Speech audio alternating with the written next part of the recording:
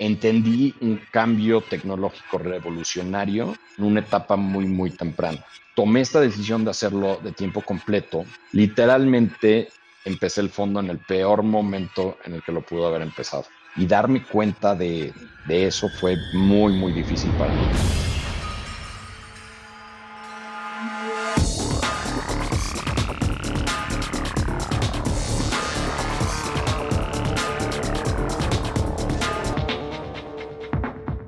Hola y bienvenidos a un nuevo episodio de Cracks Podcast. Yo soy Oso Traba y entrevisto cada semana a las mentes más brillantes para dejarte algo único y práctico que puedas usar en tu vida diaria. Hoy tengo como invitado a Alan Cassis. Alan ha estado estudiando e invirtiendo en oportunidades relacionadas con activos digitales desde 2013, cuando por primera vez escuchó hablar de Bitcoin. Desde entonces se ha convertido en un líder en esa industria a nivel global. Hoy en día, Alan es fundador y CEO de Luna Capital, que es un fondo de inversión enfocado exclusivamente en activos digitales. Alan tiene una licenciatura en Matemáticas Aplicadas de la Universidad de Columbia, Nueva York, y un MBA de Harvard Business School. Alan y yo hoy hablamos de Bitcoin, obviamente, de cómo invertir en activos digitales y de la forma en que estas nuevas tecnologías impactarán el mundo. Este episodio es presentado por Platzi. Pareciera que lo único que necesitaba el sistema educativo para evolucionar era una pandemia. Y si bien yo conozco a los fundadores de Platzi desde hace muchos años, nunca me había metido a usar su plataforma. Hace unas semanas, en preparación para justo este episodio, me puse a aprender más sobre criptomonedas y activos digitales, y una de las cosas que hice fue tomar uno de los cursos que encontré en Platzi. Platzi es una plataforma online de aprendizaje con más de 600 cursos en español impartidos por expertos en temas que van desde criptomonedas y comercio electrónico hasta emprendimiento y programación. Ya sea que seas un emprendedor o que estés buscando crecer o cambiar de trabajo, Platzi tiene un curso que seguramente puede ayudarte a lograrlo. La plataforma tiene una suscripción que te da acceso a todos sus cursos. Es como si fuera un Netflix del aprendizaje digital. Platzi ya tiene más de 1 millón de estudiantes en todo Hispanoamérica, y si eres seguidor de Cracks Podcast, puedes convertirte en uno más de ellos recibiendo un mes adicional a tu suscripción yendo al link platzi.com/cracks. Platzi se escribe con Z. Una vez más, para tener un mes adicional a tu suscripción en Platzi, ve a platzi.com/cracks. Este episodio es presentado por Bitso. Después de un par de años de relativo silencio, 2020 ha visto, entre muchas otras cosas, un gran resurgimiento en el interés y en el valor de las criptomonedas y activos digitales. Yo he estado involucrado a mayor o menor medida con el tema desde 2017, y una de las aplicaciones que me ha permitido formar parte de la historia que se está escribiendo es Bitso. Bitso es una app para comprar, vender y usar criptomonedas con total seguridad y la facilidad que muy pocas plataformas ofrecen, que, según yo, es una de las razones que más ha mantenido a mucha gente lejos de esta industria. Con el app de Bitso solo tienes que depositar a tu cuenta por medio de una transferencia electrónica, como lo haces para pagar la luz o cualquier otro servicio, y comprar la criptomoneda que más te gusta. Lo que más me gusta de Bitso a mí es que, al ser una empresa mexicana 100% regulada, puedes retirar tu dinero a tu cuenta de banco en el momento que quieras con la misma facilidad con la que la enviaste. Bitso lleva más de 6 años en operación en el mercado y tiene más de 1 millón de usuarios. Si quieres empezar a invertir en criptomonedas, lo único que tienes que hacer es bajar el app de Bitso en iOS o Android o visitar su sitio en bitso.com. Y ahora sí, vamos a esta interesante plática con Alan Cassis. Mi querido Alan, qué bueno poder platicar al fin. Ya tenía yo muchas ganas de platicar contigo, pero como que no había encontrado el momento en que otra vez volviera a ver ese interés que hubo hace algunos años cuando apenas nos conocimos. Y bueno, parece que ahorita la olla empieza a hervir de nuevo y me parece un gran momento para hablar de ti, de lo que has hecho, de lo que has aprendido a lo largo de estos años difíciles, y le vamos a entrar durísimo, pues, al tema de cripto. Pero antes de eso, estaba platicando con gente y me dijeron que tú eres de esos locos que salen a hacer compras de impulso cuando hay crisis y que tú en vez de salir a comprar papel de baño saliste a comprar whisky. Es correcto.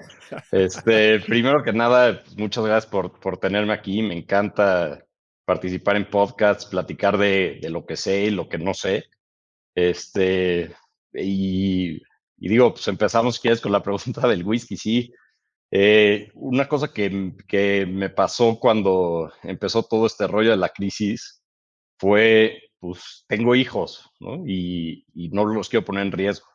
Entonces, traté de buscar cuál es la forma de pasar esta crisis de la mejor manera posible y me hice un stock de whisky interesante, de whisky, de vinos y otros alcoholes para poder recibir a mi familia y amigos aquí en mi casa, Ya, bien, entonces era para poder recibir a familia y amigos en tu casa y no precisamente para poder pasar mejor la cuarentena. para disfrutarlo con amigos más que nada. Buenísimo. ¿Y qué? ¿Y siempre has sido muy fan del whisky o qué?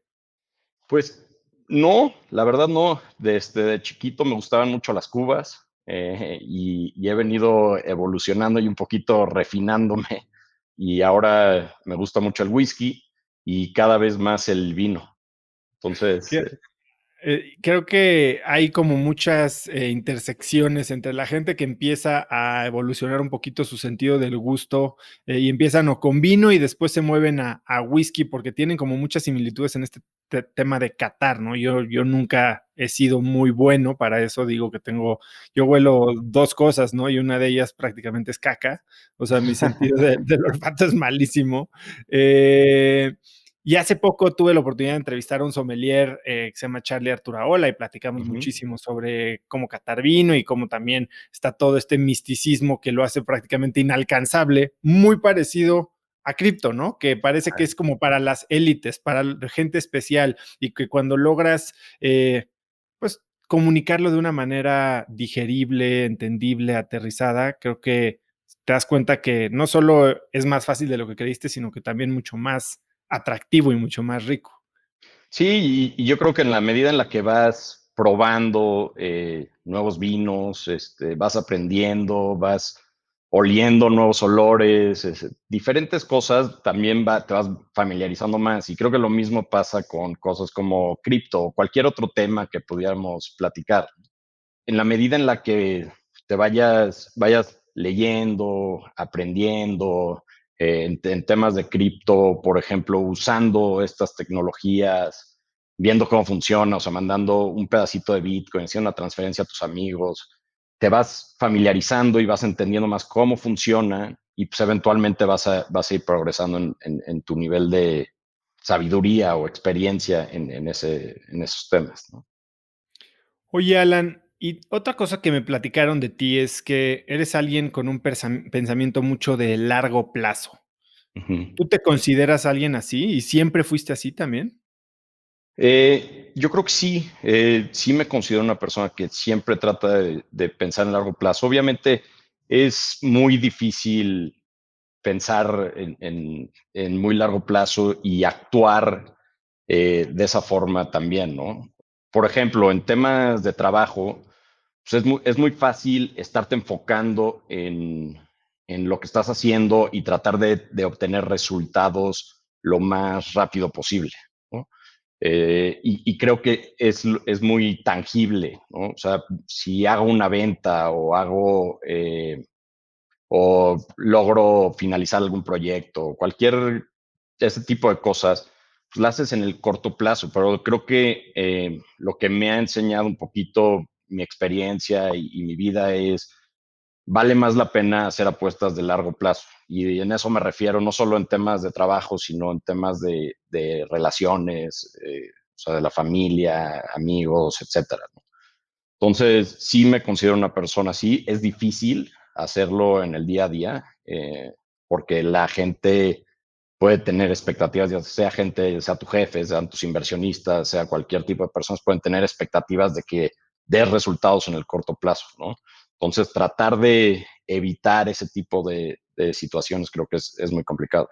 ¿Cómo le haces para evitarlas? O sea, o qué tipo razonamiento o qué tipo de práctica tienes que te recuerda la importancia de largo plazo cuando tal vez hay una presión externa o a veces una presión interna, un FOMO por Ujú. participar en algo que parece sumamente atractivo en el corto plazo y que no necesariamente muestra los riesgos del largo plazo? Es muy difícil. A mí lo que me ha servido es tratar de poner en blanco y negro cuál es el plan, ¿no? Y cuáles son los objetivos que queremos alcanzar en el largo plazo y cuáles son los caminitos o las tareas que se tienen que ir cumpliendo, los milestones que se tienen que ir cumpliendo para lograr esos objetivos, ¿no? Eh, Creo que una anécdota interesante que te puedo platicar es una idea que se me ocurrió recientemente teniendo una plática bastante profunda con mi esposa. Estamos ahorita tomando un curso sobre relaciones y cómo mejorar tus relaciones, etcétera, ¿no? ¿Qué curso es? Se llama Relationships, Relations. como de relaciones Como de reales, reales, ok. ¿no? Y lo están tomando online? Sí, es un video de unas personas que dan el curso, una pareja que te da el curso. Y digo, el curso está bien, pero sobre todo lo que a mí me ha ayudado mucho es tener estas conversaciones profundas y pues, cuál es nuestro plan de largo plazo con mi esposa, ¿no? Y a mí lo que se me ocurrió el otro día teniendo esta plática es, oye, pues, yo soy una persona que la verdad es que me cuesta tener estas ideas internas y eh, pensar en mí y en cómo puedo mejorar y ese tipo de cosas, ¿no? Pues para mí es algo un poquito difícil, ¿no? Y entonces lo que yo le decía es, ¿por qué no hacemos una especie de plan de negocios? ¿No? O sea, es algo muy natural para mí y por mi historia, por mi trayectoria profesional.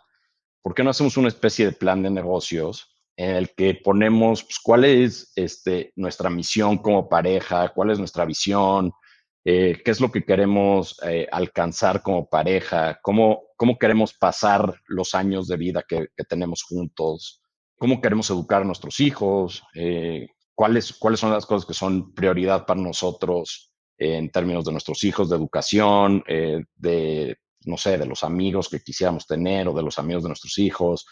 Entonces, justamente ahorita hemos estado tratando de empezar a construir ese plan.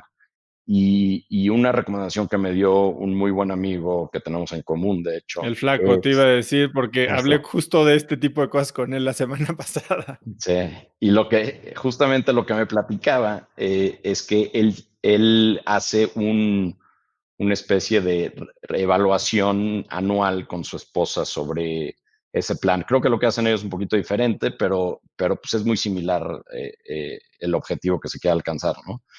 Entonces, ese es nuestro plan y creo que a mí me hace mucho más sentido tratar de manejar mi relación como una relación, como un plan de negocios de largo plazo, ¿no? Creo que eso para mí va a ser lo más natural y creo que así, haciendo este tipo de cosas, puedo ser más exitoso. Entonces, igual que lo puedo hacer con mi relación, con mi esposa o mi familia, creo que lo puedo hacer con mis negocios. Y eso me funciona a mí, ¿no? Y me puedo imaginar otro tipo de estrategias que le pueden funcionar a alguien más, como hacer estos reviews anuales y entonces solo tener metas de corto plazo y cada año ir sacando una meta de corto plazo, ¿no? De un año hacia adelante. Entonces, así yo lo hago, pero pues no necesariamente es la mejor estrategia para todo el mundo. Justo platicaba de eso con el flaco la semana pasada en una reunión que nos acompañó y me parece súper interesante este approach porque yo cuando lo hice para Instafit, para mi empresa, justo tuvimos un retiro y fuimos todo el equipo de liderazgo y aterrizamos, no un plan de negocios, porque mucha gente se espanta cuando hablas de plan de negocios y dices, ¿cómo aplicas eso a una empresa? Porque a una familia tal vez estás pensando más en ventas o en Ujú, crecimiento de métricas.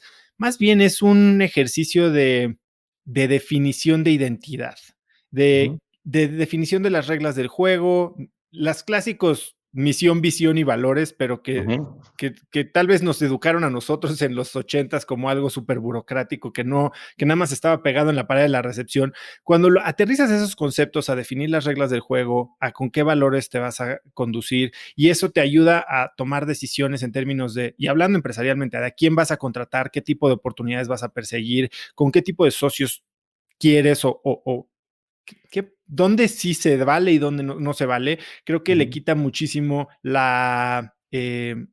lo abstracto o lo ambiguo a una decisión. Y es justo lo que empezaste diciendo, lo pones en blanco y negro, que es justo eso, ujú, dejar las cosas claras en reglas del juego.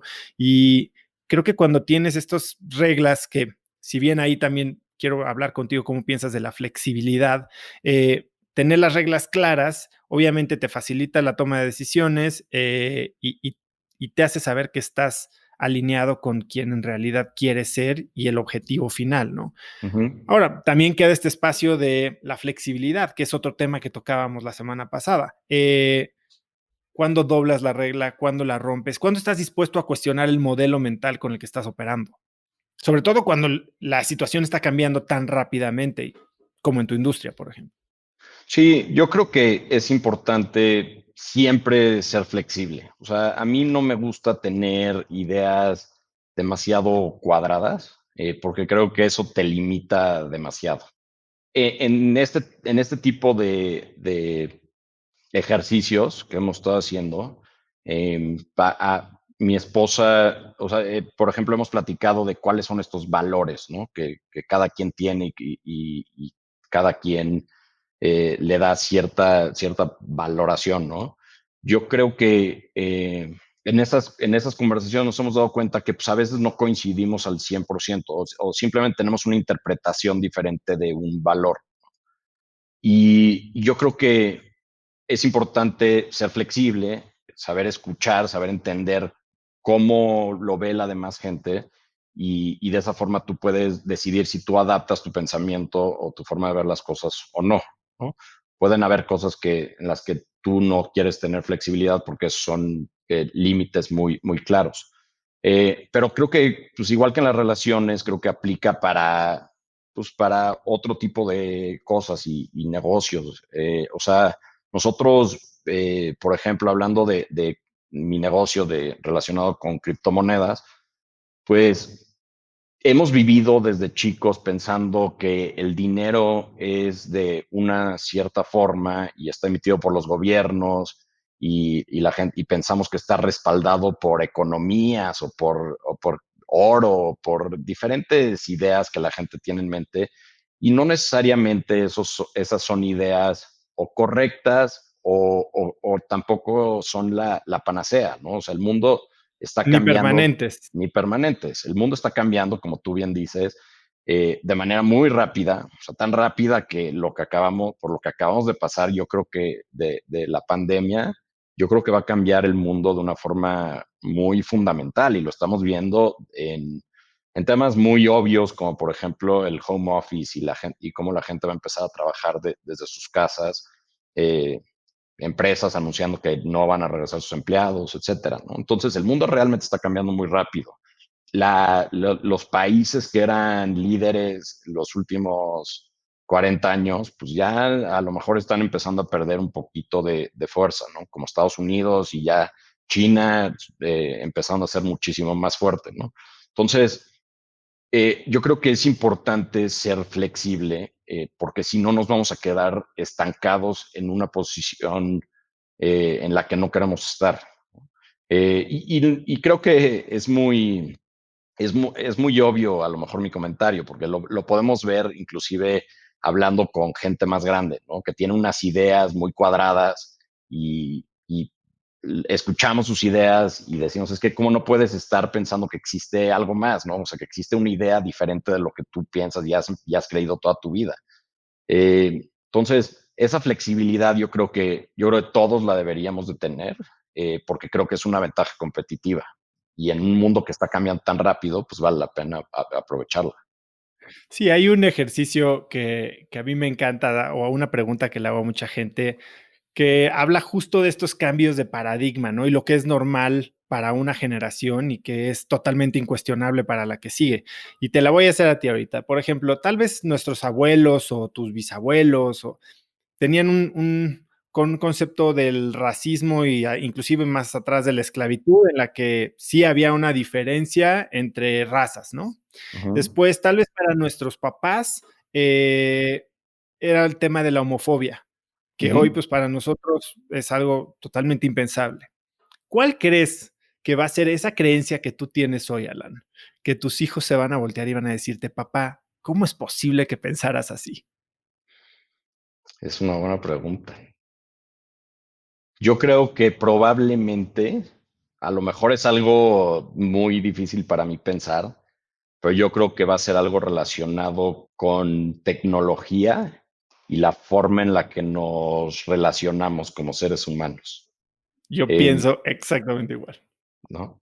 Digo, es una pregunta muy difícil, la verdad, también es muy difícil pensar en cómo vamos a cambiar nuestra idea, pero, o sea, me imagino cómo a los papás se les parece, y digo, y algunas personas de nuestra generación y todo, les parece ridículo que hemos dejado atrás las relaciones interpersonales y pasamos tanto tiempo en los celulares, y tenemos relaciones a través de Instagram o Facebook o lo que sea.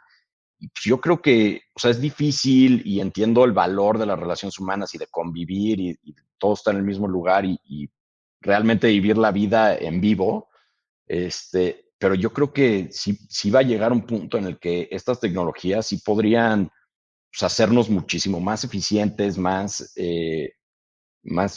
útiles, que podamos tener relaciones con gente de en diferentes lugares del mundo, inclusive a lo mejor en mundos virtuales, que pues, lleguemos y nos sentemos en un bar a tomar algo, tú con tus gogles o lo que sea, y ahí estés conviviendo con gente de otro lugar del mundo, conociendo a gente diferente, aprendiendo de gente que tiene otras ideas, ¿no? O sea, inclusive este tipo de cosas como los podcasts y lo que estamos teniendo aquí tú y yo, pues es algo que hace a lo mejor 30 años no existía, ¿no? O 20 años. Y, Sí, y, claro.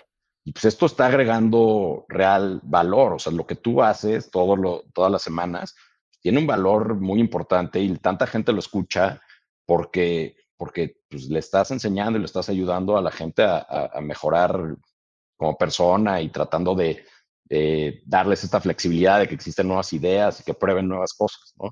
Entonces, a mí se me hace que por ahí podría ser algo.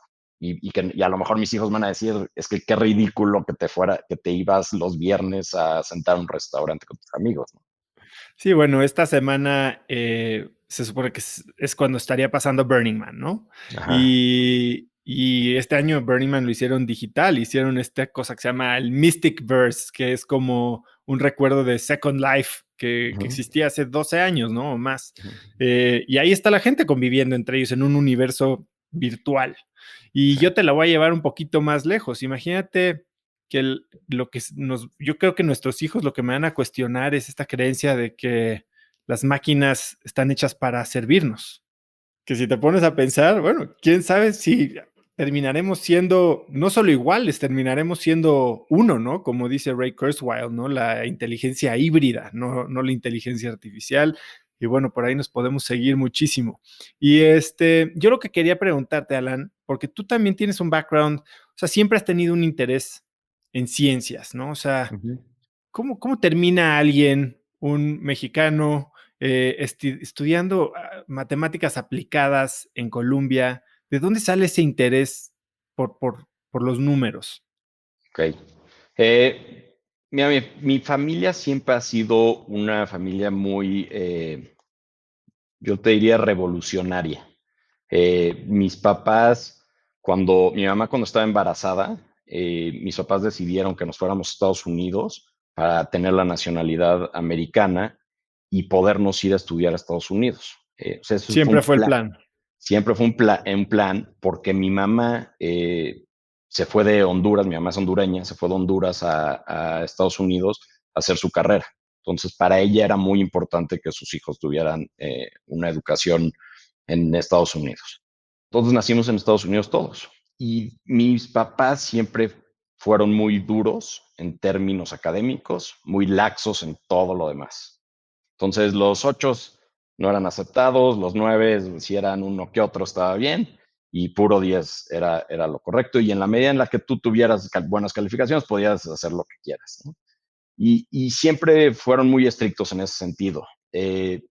Y eso lo relacionó también un poquito, o sea, y siempre nos fue, la verdad, a mi hermano grande y a mi hermana chica muy bien en la escuela, pero mi hermano grande en particular es una persona muy curiosa. Es una de esas personas realmente brillantes que tienen una forma de pensar muy, muy diferente, ¿no? Y él empezó desde muy chico a interesarse en temas igual como futurísticos, de tecnología, etcétera. Digo, desde veía ser, ya sabes, Star Trek y Star Wars con mi papá, pero desde muy chico él estaba, la verdad, en un nivel muchísimo más avanzado que en general la mayoría de la gente, no solo de su edad, sino de la mayoría de la gente en México. O sea, en 1994 aproximadamente, mi hermano compró las partes y construyó su primer computadora.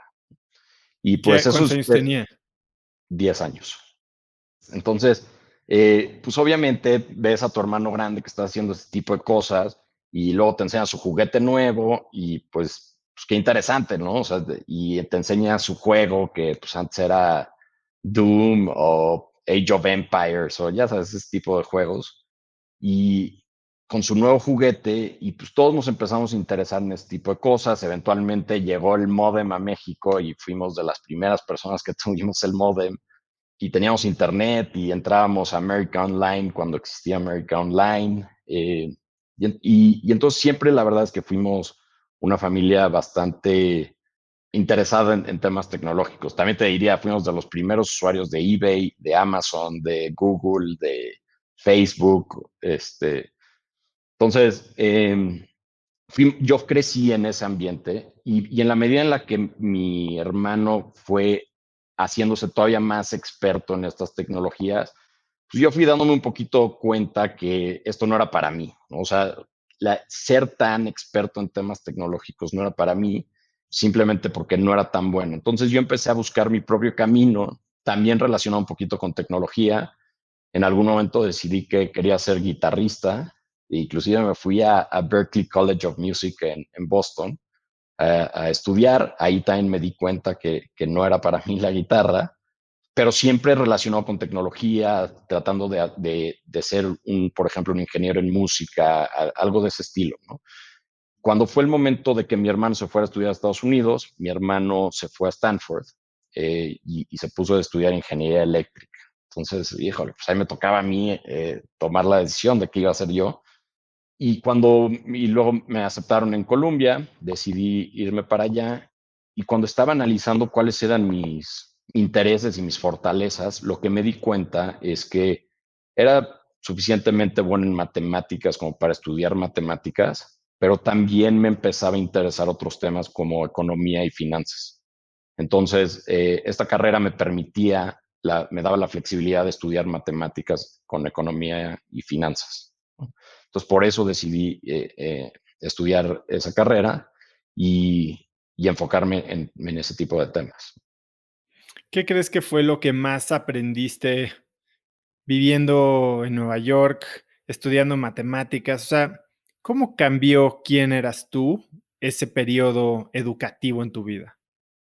Primero que nada, creo que el shock más grande fue que yo todavía tenía algunas dudas de si quería irme a Estados Unidos o si quería quedarme en México. Y al final la decisión de irme creo que fue la correcta, pero sí fue difícil para mí llegar a Estados Unidos solo y tratar de conocer a gente y ser amigos. Y gente que con la que realmente, el tipo de persona con la que realmente nunca había convivido, ¿no? Que es pues, un americano con otro tipo de educación, otro tipo de cultura, diferentes chistes, diferentes formas de pensar, ¿no? Y para mí eso fue difícil, pero creo que lo que me di cuenta es que tenía la capacidad de reaccionar, de adaptarme a la situación. Pocos meses después de llegar, conocí a uno de mis mejores amigos hoy en día y empecé a crear estas relaciones, ¿no? Y realmente aprovechar el tiempo que tenía allá. Me di cuenta que no era una obligación estar allá, que era una oportunidad única que muy poca gente en el mundo tenía y pues más vale aprovecharla, ¿no? Y aprovecharla significa aprovecharla en términos educativos y también aprovechar pues, la ciudad y la oportunidad de vivir en Nueva York. Alan, después de eso, bueno, pues ya pasaste mil otras cosas, ¿no? Banca de inversión, varias family offices, te vas a estudiar a Harvard y te clavas durante tu tiempo en Harvard en criptomonedas. Uh -huh, Antes de entrarle a eso, y voy a querer que me cuentes cómo fue que llegaste a cripto, creo que para mucha gente cripto sigue siendo, como decíamos al inicio, un tema medio místico, ¿no? No sabe uh ni -huh, siquiera qué es, ni cómo se come, ni para qué funciona. Entonces, vamos a empezar desde la planta baja. uh -huh. ¿Qué son las criptomonedas, Alan? Yo creo que para entender criptomonedas primero tienes que entender qué es el dinero.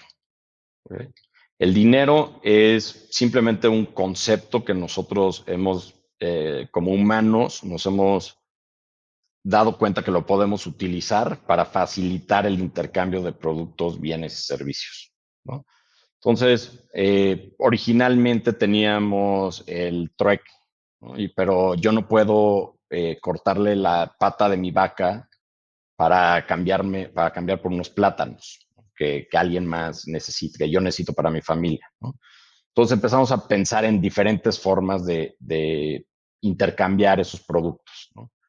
Y una cosa que se nos ocurrió es, pues, ¿por qué no usamos conchas o piedritas? ¿No? Pero pues la gente empezó a encontrar la forma de falsificar esas piedritas o de sacar las conchas de abajo del agua, ¿no?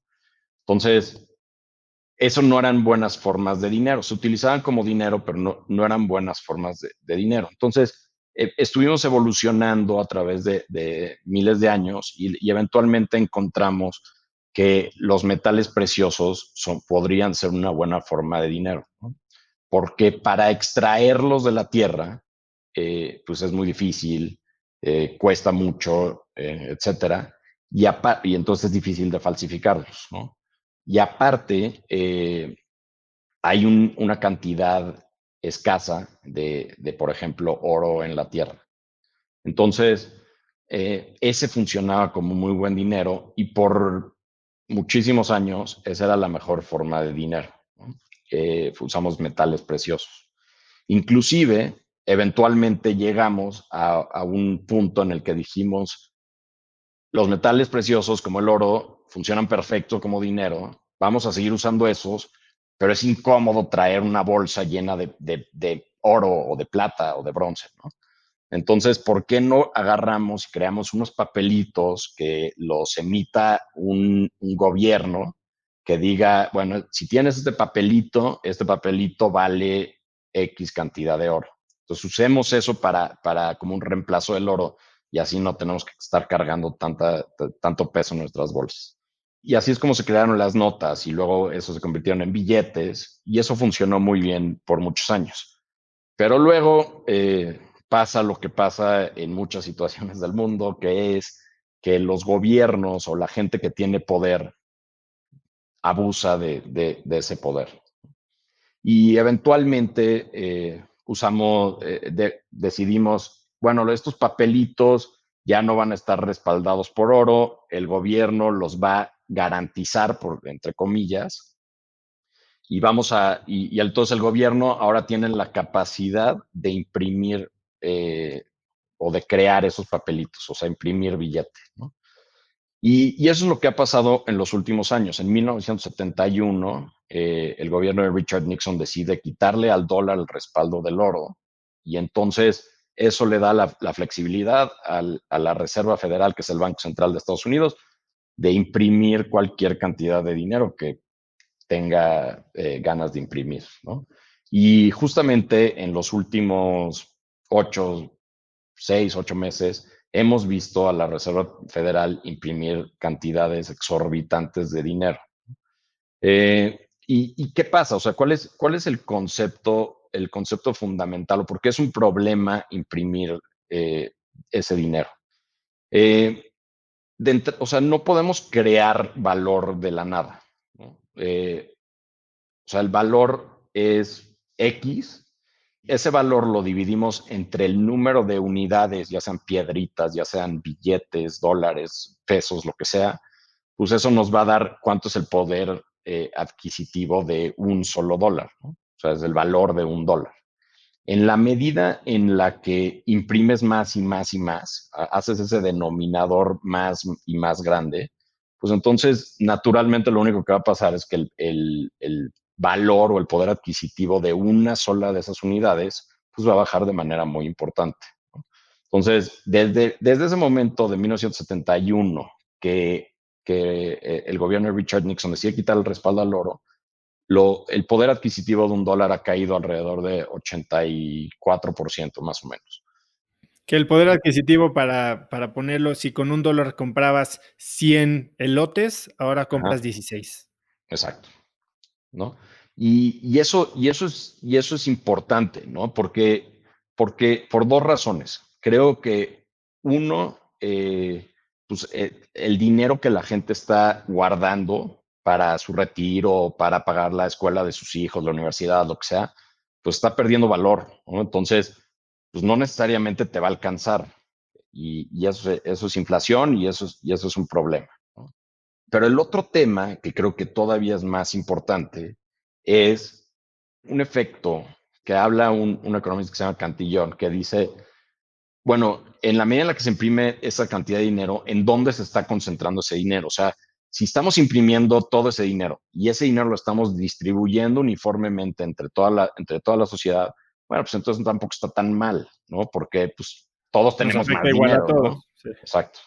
Entonces, o sea, si todos tenemos 100% del dinero en partes iguales y luego se emiten se duplica la cantidad de la oferta de dinero y a todos nos dan en partes iguales ese dinero, pues entonces qué padre, ¿no? Pues el efecto es cero, ¿no? El efecto del poder adquisitivo económico es cero. El tema es cuando la distribución de ese nuevo dinero que se imprime no se distribuye uniformemente, ¿no? Y entonces eso que ha hecho, que ha separado de manera importante la diferencia entre los ricos, el 1% y los pobres, ¿no? Las empresas, o sea, Apple, el market cap de Apple está en 2 2 trillones. trillion.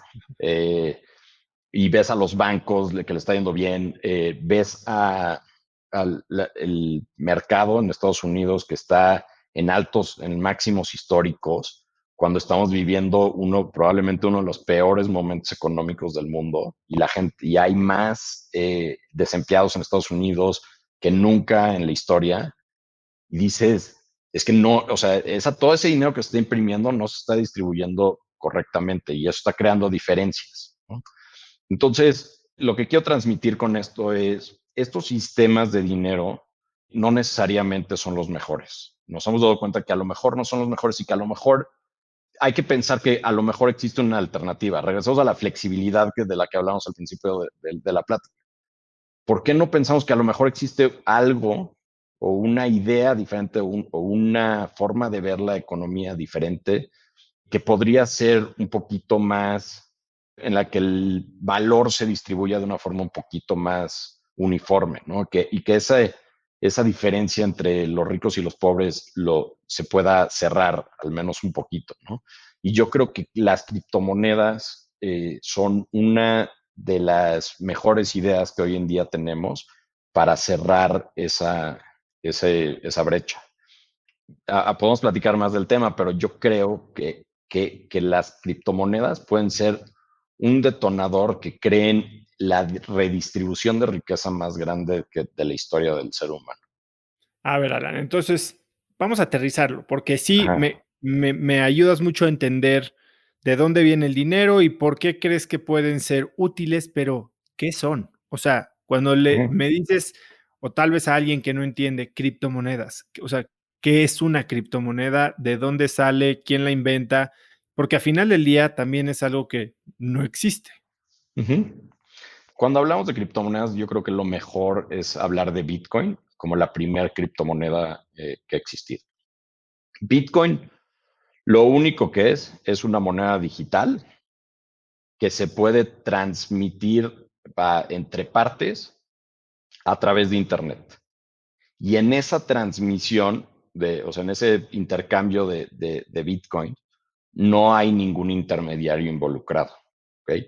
Entonces, cuando yo te quiero hacer un SPAY y mandar 100 pesos a tu cuenta, lo que pasa o sea, yo te hago la transferencia, pero lo que pasa detrás de todo esto es, yo le digo a mi banco BBVA, oye, del dinero que tú tienes mío guardado, que en realidad ya ni No es siquiera es dinero mío, tampoco, y tampoco es dinero. y tampoco es mío, ¿no? Porque todos son numeritos en computadora. Correcto. Es lo que tú quieres decir. Lo que yo quiero decir es, cuando yo le deposito el dinero al banco, ese dinero ya no es mío. O sea, eso no, el banco tiene una obligación legal, entre comillas, de regresarme ese dinero cuando yo se lo pida. Pero en cuántas situaciones hemos estado en las que el banco te dice, no, no te regreso tu dinero, ¿no? Y casos prácticos son, por ejemplo, en Grecia, en la crisis de 2008-2009, en Chipre, hoy en día en Líbano. Entonces, le das el dinero a tu banco. Luego le dices al banco, oye, BBVA, necesito que me quites 100 pesos de mi cuenta, se lo mandes a Banorte, y Banorte tú asignale esos 100 pesos a la cuenta del oso. Ese proceso de involucrar tantas partes ya no es necesario con las criptomonedas. Lo que podemos hacer es, yo te mando el dinero directo a tu cuenta sin necesidad de que pase por un intermediario. En esencia, eso es lo que se puede hacer con algo como Bitcoin, ¿no? Transferir valor sin necesidad de intermediarios. Que es a final del día, es un acuerdo entre tú y yo, que significa que yo ahora tengo este valor acordado, Ujú, que no vale nada a menos que alguien más le asigne el mismo valor. ujú. Sí, de acuerdo, pero es lo mismo que el dinero, ¿no? O sea, nosotros estamos Entonces es un tema de adopción. es un tema de adopción, sí. También por la forma en la que funciona Bitcoin, que creo que eso es un detalle que no me gustaría entrar, la forma en la que se define ese valor es que estamos intercambiando energía y convirtiéndola en dinero. Pero yo creo que es un tema en el que Que no eso es a deberíamos lo que entrar. le llaman minar, ¿no? Exacto. Porque la gente me pregunta, oye, ¿cómo se minan? ¿Qué es minar? ¿Es buen negocio? ¿Qué le da su valor a una criptomoneda, a un Bitcoin? ¿No? Porque son altamente volátiles. A veces Ujú, menos, a veces más, algunas menos, algunas más. ujú, Pero, ok, se mina un Bitcoin, que es básicamente, se convierte esta energía o esta capacidad de procesamiento computacional en ujú, esta entidad que se llama Bitcoin, que existe en el famoso blockchain. ujú. ¿Qué es el blockchain? El blockchain es simplemente una base de datos. No es nada más. Se pone muy compleja la conversación y en realidad no es nada más que una base de datos. El blockchain, por ejemplo, de Bitcoin, es simplemente una base de datos que dice quién es dueño de un Bitcoin o una fracción de Bitcoin en cada momento del tiempo. Es lo único que es. Entonces, lo único que dice es, mi mamá tiene un Bitcoin, mi papá tiene un Bitcoin, yo tengo un Bitcoin, tú tienes 0 Bitcoins, ¿no? Ese es un momento del tiempo. Si yo te mando un Bitcoin, lo único que hace el blockchain es decir, bueno, la base de datos ya se actualizó. Ahora mi mamá tiene un Bitcoin, mi papá tiene un Bitcoin y el oso tiene un Bitcoin, Alan tiene 0 Bitcoins. Es lo único que hace. Que No lo hace que nada más. hace tan interesante el blockchain es que no hay una sola persona, no hay un BBVA que tiene control total sobre esa base de datos. Correcto.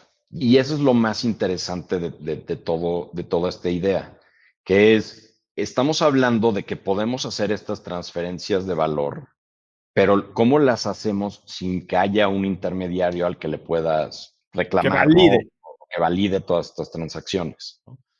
Y ese es el gran, gran invento de Bitcoin, que es podemos llegar a un acuerdo sobre las transacciones que son válidas sin necesidad de que haya este ente centralizado que define cuáles transacciones son válidas, ¿no?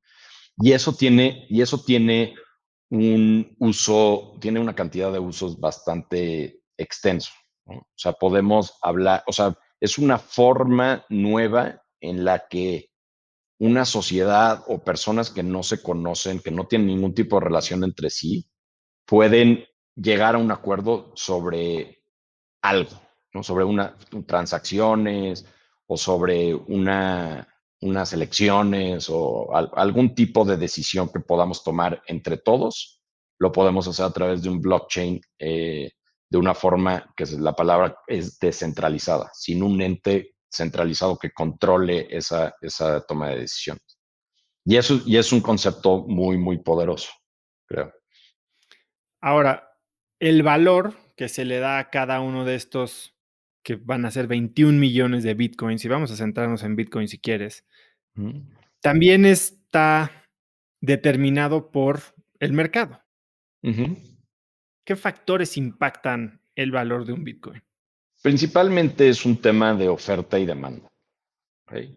La oferta de Bitcoin, Bitcoin se le habla, se reconoce o se le llama como un oro digital.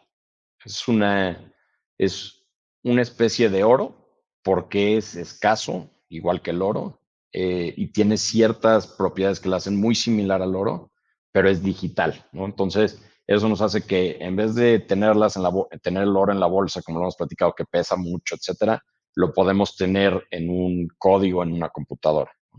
Entonces, Bitcoin es escaso porque solo van a existir 21 millones de Bitcoin en, en toda la historia. ¿Okay? Y a esos 21 millones vamos a llegar hasta 2140. En ese momento se va a emitir la última fracción de Bitcoin, entonces nos faltan muchos años para eso, ¿no? Bitcoin, entonces, es el lado de la oferta. Hay una oferta limitada. Y luego hay una demanda. Y esa demanda puede variar, ¿no? Varía como en cualquier otro tipo de producto o bien.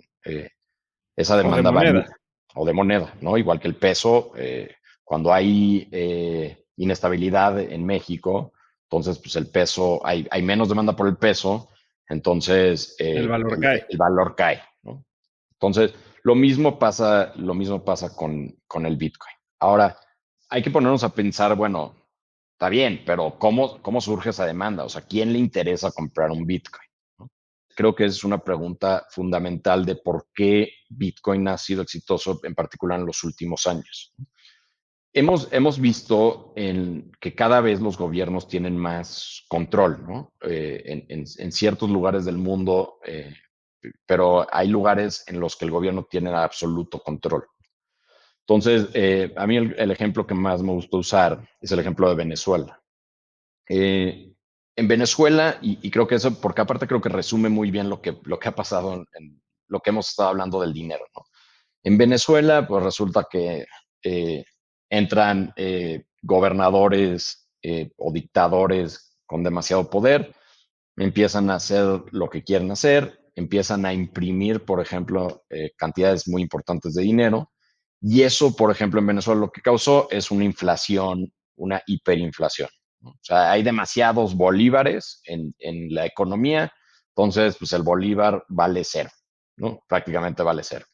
Entonces, si tú tenías todos tus ahorros en bolívares, pues ahora no valen nada.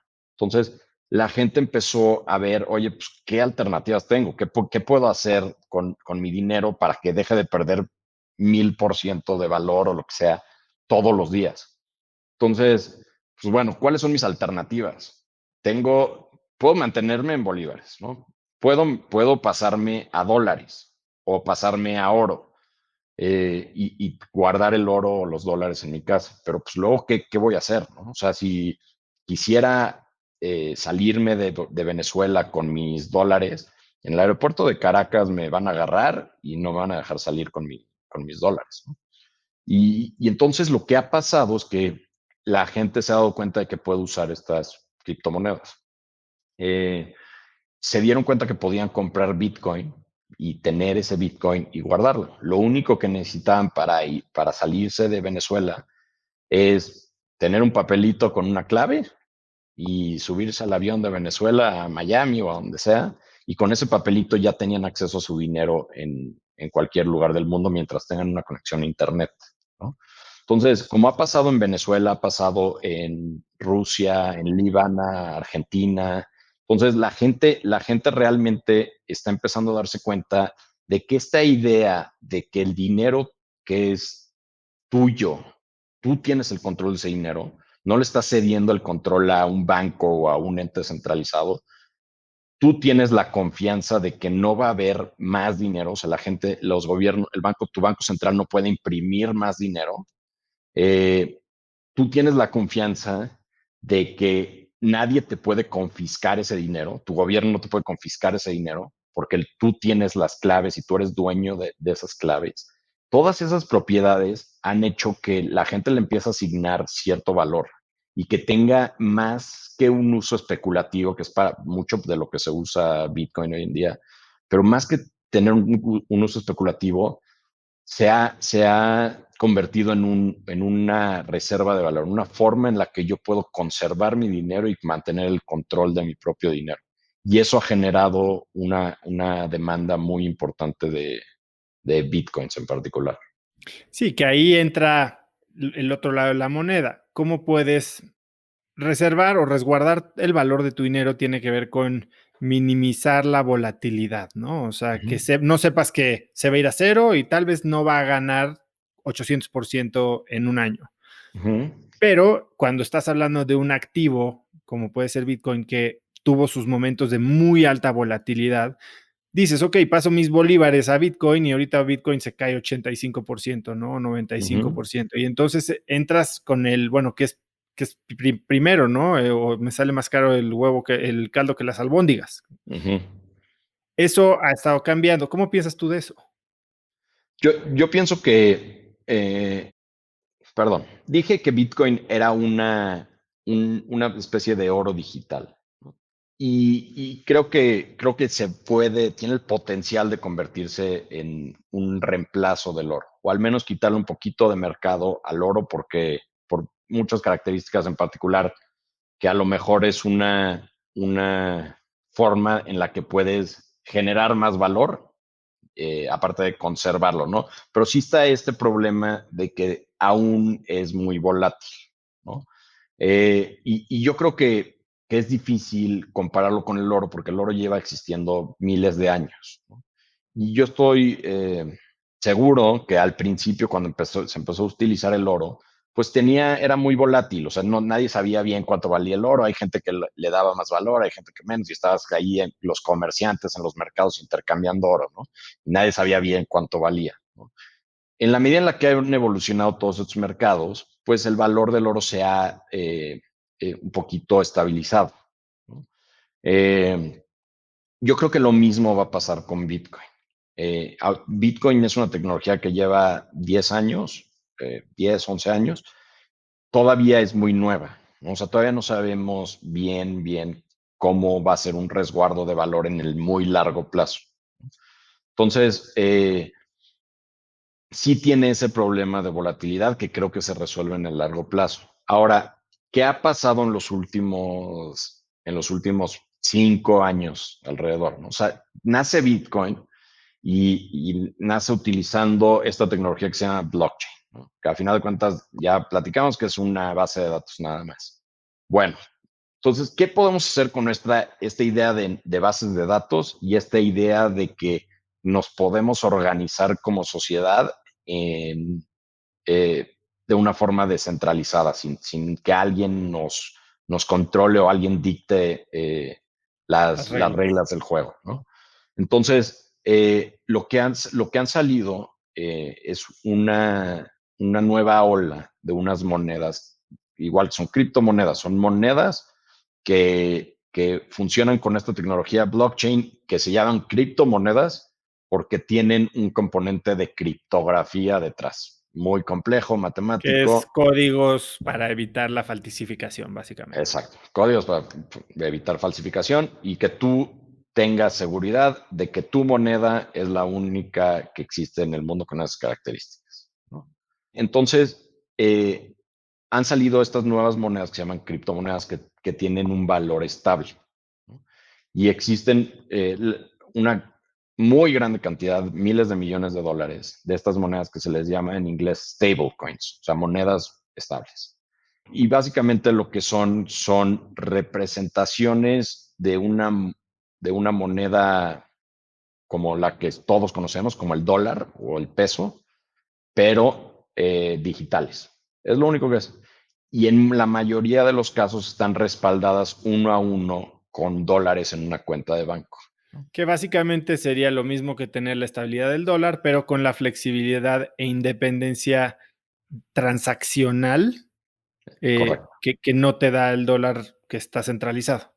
Pero correcto. si cae el dólar, el valor de tu stablecoin caería.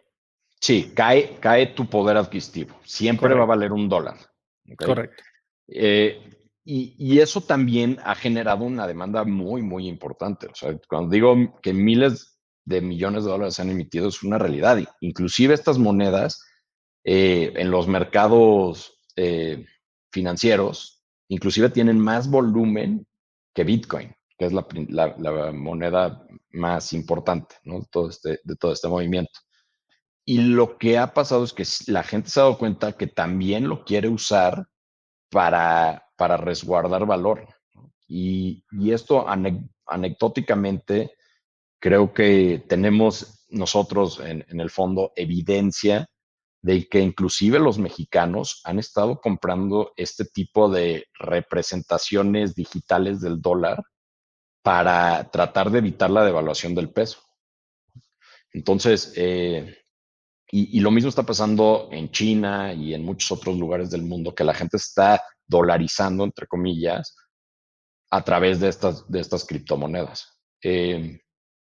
Ahora, Alan, este tema de los stablecoins, digo, y en general de cripto, el tema de que sea tan complicado, tan oscuro, tan de difícil acceso, tan, si bien no es centralizado, pues es técnicamente tan complejo que a veces no tienes la seguridad de que esta democratización o descentralización del servicio es verdaderamente real, ¿no? Y lo hemos visto en casos de stablecoins pasados, que resulta que no eran tan stable y no estaban tan respaldados como decían haber Uh estado, ¿no? -huh, O de monedas que parecían estar respaldadas con oro que nunca existía, y ahí yo salí bastante machucado con DIG, como muchos de nuestros cuates, ¿no?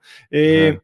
A ver, ¿por qué sigue siendo un mundo? Bueno, yo supongo que es como el viejo oeste, ¿no? Hay buenos y están los malos. ¿Y por qué atrae tanto la ilegalidad o parece atraer tanto la ilegalidad el tema de criptomonedas? Yo te diría que parece que trae tanto la ilegalidad.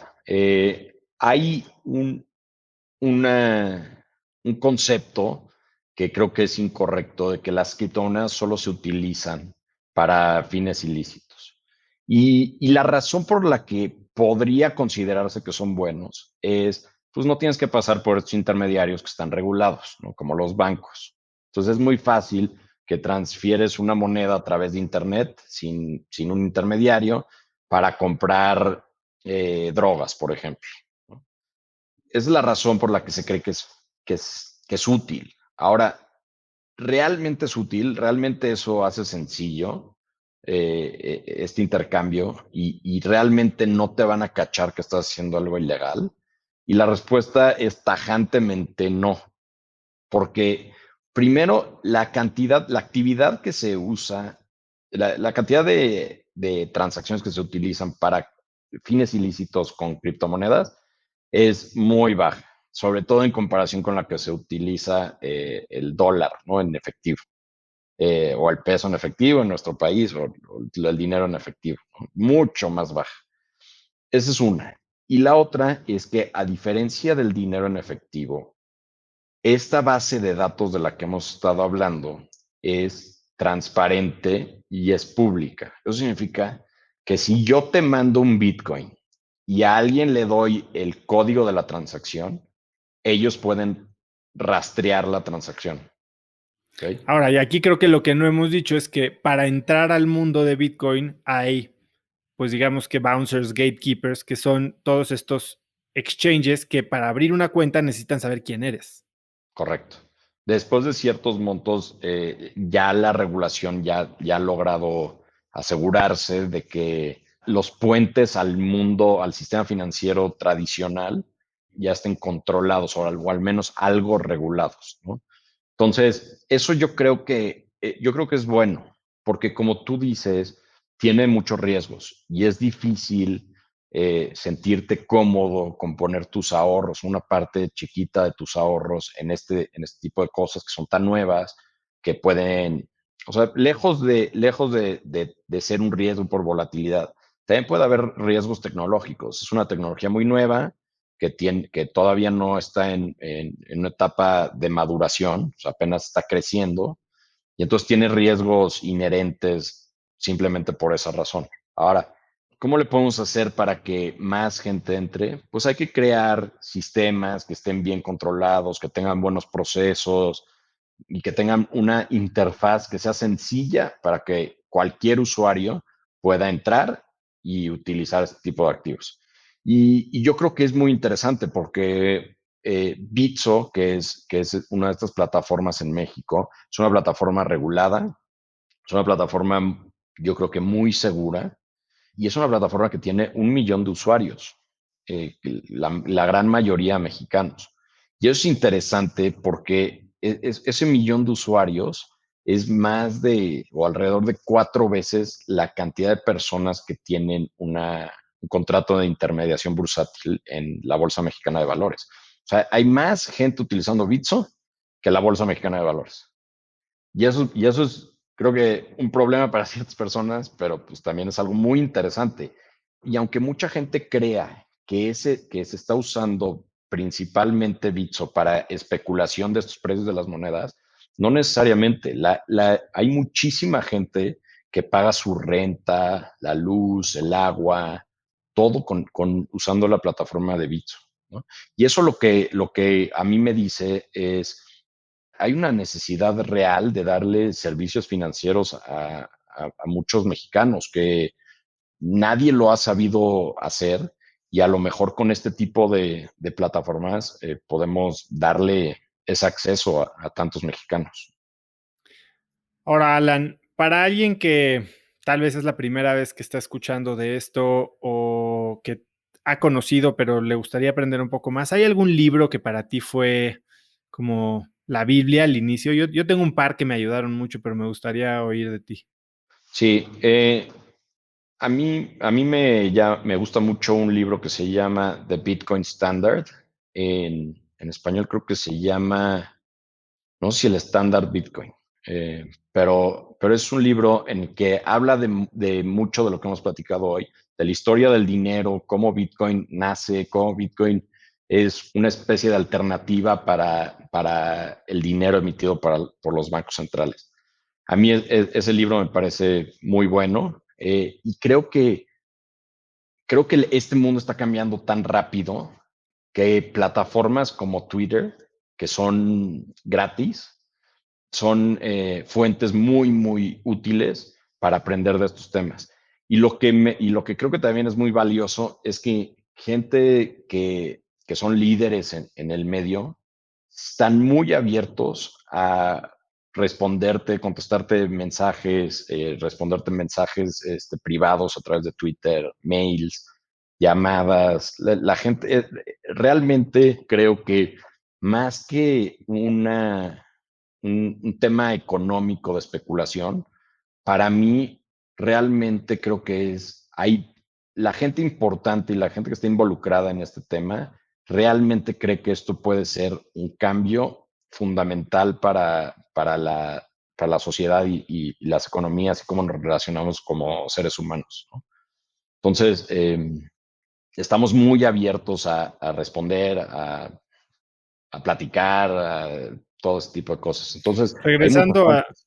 al tema de adopción, ¿no? O sea, a todo el mundo le conviene que más gente se eduque para que más gente lo adopte y si hay más demanda va a haber más valor, más utilidad, etcétera. cuando empecé, y que fue más o menos la época que nos conocimos, que fue 2017, aquellos golden years, yo leí Crypto Assets de Chris Burnsick, Bernie- creo que se llama, Bernisky. y Ajá. Bernisky, sí. Y The Internet of Money, que traía como que los ensayos o las conferencias de Andreas Antonopoulos. Y Ujú, eso a mí me dio muchísimo entendimiento, muy básico tal vez, ujú. pero de ahí para pasar al siguiente nivel, que es platicar con gente como tú. Son muy buenos libros, también los recomiendo mucho. Están pasando cosas tan diferentes hoy en día que a lo mejor algunos de esos ya son un poquito viejos, ¿no? O sea, Ujú, y a mí me encanta platicar de un ejemplo que se llama Decentralized Finance en inglés. O sea, se quiere crear un sistema financiero descentralizado. ¿Y eso qué significa? Esas son muchas palabras muy altisonantes. Lo único que significa es cómo le podemos dar servicios financieros a todo el mundo que tenga una conexión de Internet sin necesidad de recurrir a los bancos. ¿Ok?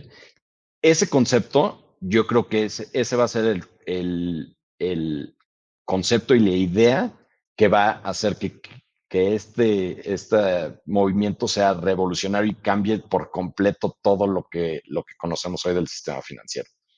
Eh, Podemos platicar más de eso si es un tema que te interesa, pero básicamente, quiero dar un ejemplo muy sencillo. Básicamente, una persona que hoy quiere pedir un crédito, tiene que ir a un banco, tiene que darles información, historial crediticio, bla, bla, bla, bla, y ver si le aceptan el crédito, ¿no?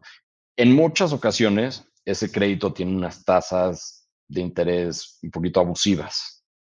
Entonces, hay una forma en la que podemos otorgar créditos a cualquier persona con una conexión a Internet. No necesita ni siquiera tener una cuenta de banco, solo necesita tener algo de conocimiento de criptomonedas y o estar en una plataforma que esté conectado con estos sistemas, ¿no? Que es algo que nosotros estamos tratando de hacer. Pero que llegue una persona, se mete a Internet, le dé algunos clics a unas cosas y le puedan dar un crédito, creo que puede ser revolucionario. Y creo que va a pasar, ¿no? Y todo esto lo podemos hacer de una forma en la que el riesgo lo tenemos controlado, o sea, no vamos a tener quiebras de bancos como los hemos visto en muchas ocasiones. Podemos distribuir el riesgo entre muchas personas. Eh, yo creo que eso es a mí lo que más me emociona. Y te diría, en todo este tipo de plataformas ya hay casi $7,000 millones metidos pidiendo y dando créditos y haciendo intercambios de activos. Es un mundo muy nuevo que creo que es muy interesante. Tú has dicho que esta industria te ha ayudado a entender cómo funciona el mundo. ¿A qué te refieres con eso? La mayoría de las cosas a las que me refiero ya las hemos platicado, ¿no? Y creo que uno es este concepto que tenemos de qué es el dinero, ¿no? Y cómo nace el dinero y cómo lo usamos, etcétera, ¿no? El otro concepto es cómo nos relacionamos, ¿no? Como ser humanos, o sea, cómo tomamos decisiones. Y el tercer concepto que te diría que creo que es muy importante para mí es dónde están concentrado este poder, ¿no? Y creo que es algo un poquito obvio a lo mejor, pero lo que nos hemos dado cuenta, sobre todo en los últimos años, es, pues hay una elite en el mundo que realmente controlan cómo vivimos, ¿no? O sea, inclusive desde compañías como Facebook, que tienen control sobre cómo votamos, ¿no? Y ese tipo de cosas, creo creo que o sea, es un poquito eh, decepcionante darnos cuenta que tenemos tan poca libertad, ¿no? O sea, que estamos controlados por un grupo de personas o de compañías o como lo quieras ver, que tienen demasiado poder sobre cómo actuamos, ¿no? Y las cosas que hacemos y las cosas que nos permiten hacer, ¿no?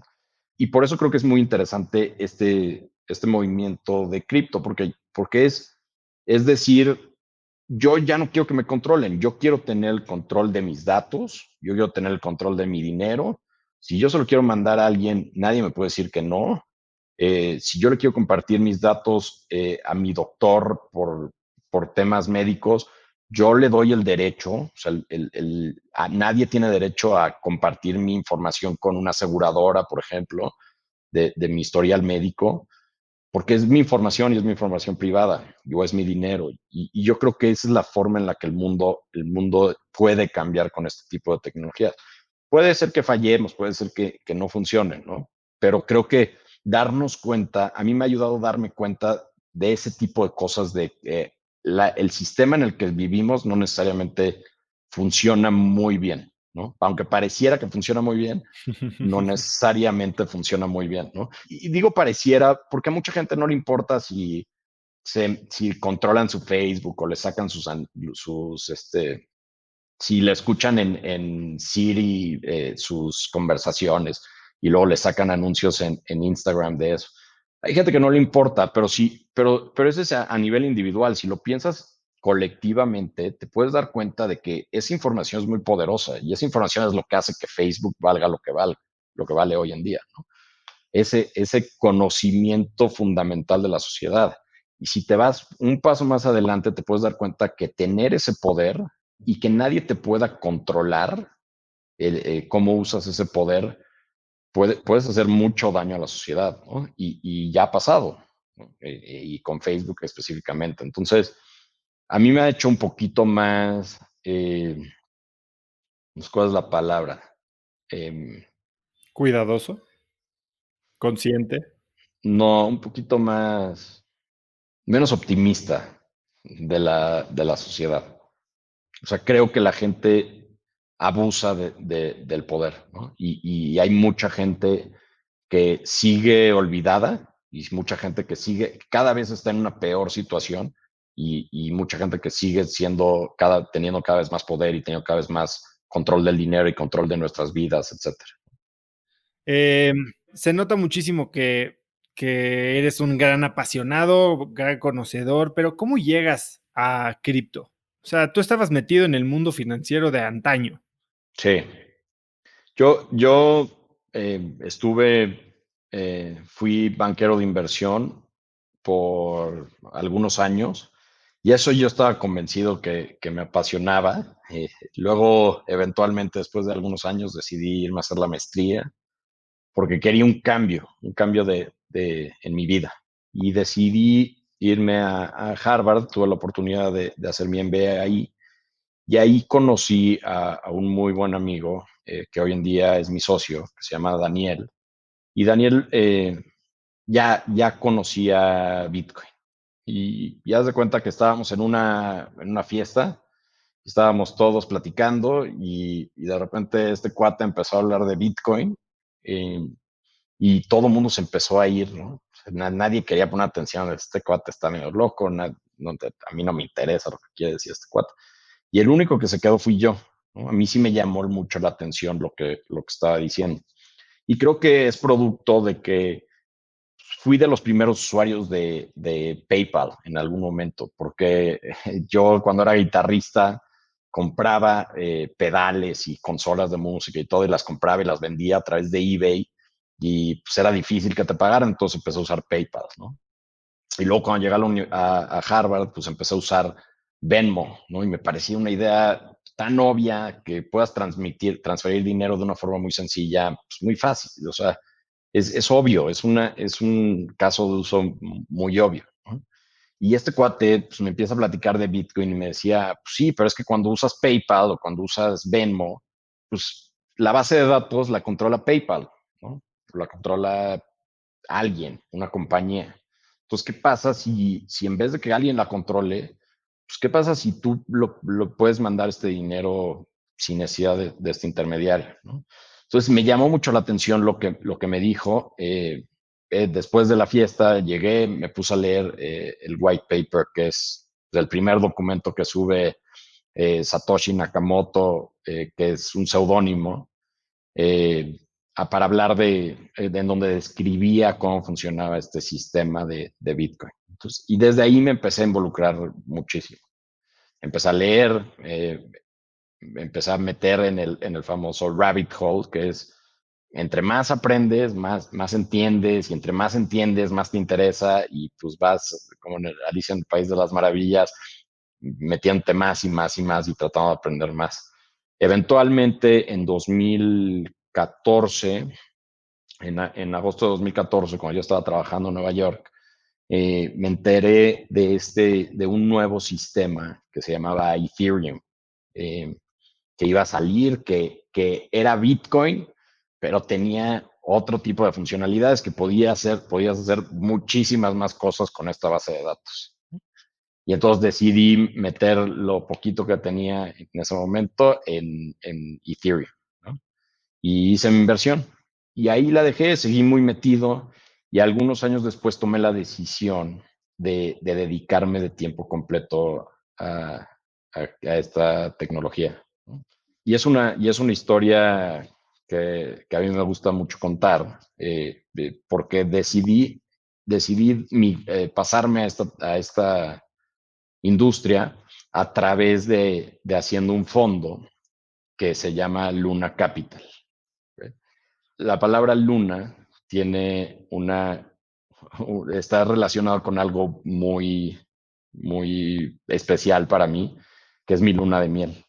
Eh, para la razón por la que yo me pude casar fue porque estas inversiones en Bitcoin que hice en 2013 y luego en Ethereum que hice en 2014, pues empezaron a subir un poquito de precio. Entonces, pues yo vendí mis Bitcoins para poder comprar el anillo a mi esposa. Cuando yo, cuando yo me gradué de Harvard, me regresé a México y estaba en el limbo. No tenía ningún tipo de trabajo. Bueno, tenía un trabajito ahí de medio tiempo haciendo licencias de Disney. Eh, Era CFO de una empresa que otorgaba licencias de Disney para producir productos de consumo con imágenes de Disney. Entonces yo estaba medio en el limbo y a final de cuentas acabé empezando un multifamily office, pero no estaba en una buena posición económica. Y sobre todo regresando a la maestría, pues era difícil. Y justo lo que me dio la oportunidad de darle anillo a mi esposa fue que vendí de mis bitcoins. Muy barato, pero pues ni modo, así es. Este, y entonces nos casamos, nos fuimos a la luna de miel en 2017 y los precios empezaron a subir de manera importante. Y yo le empezaba a platicar, y le platicaba, ¿no?, a mi esposa, y de repente hacía algunas inversiones durante mi luna de miel, aunque mi esposa no estaba muy contenta.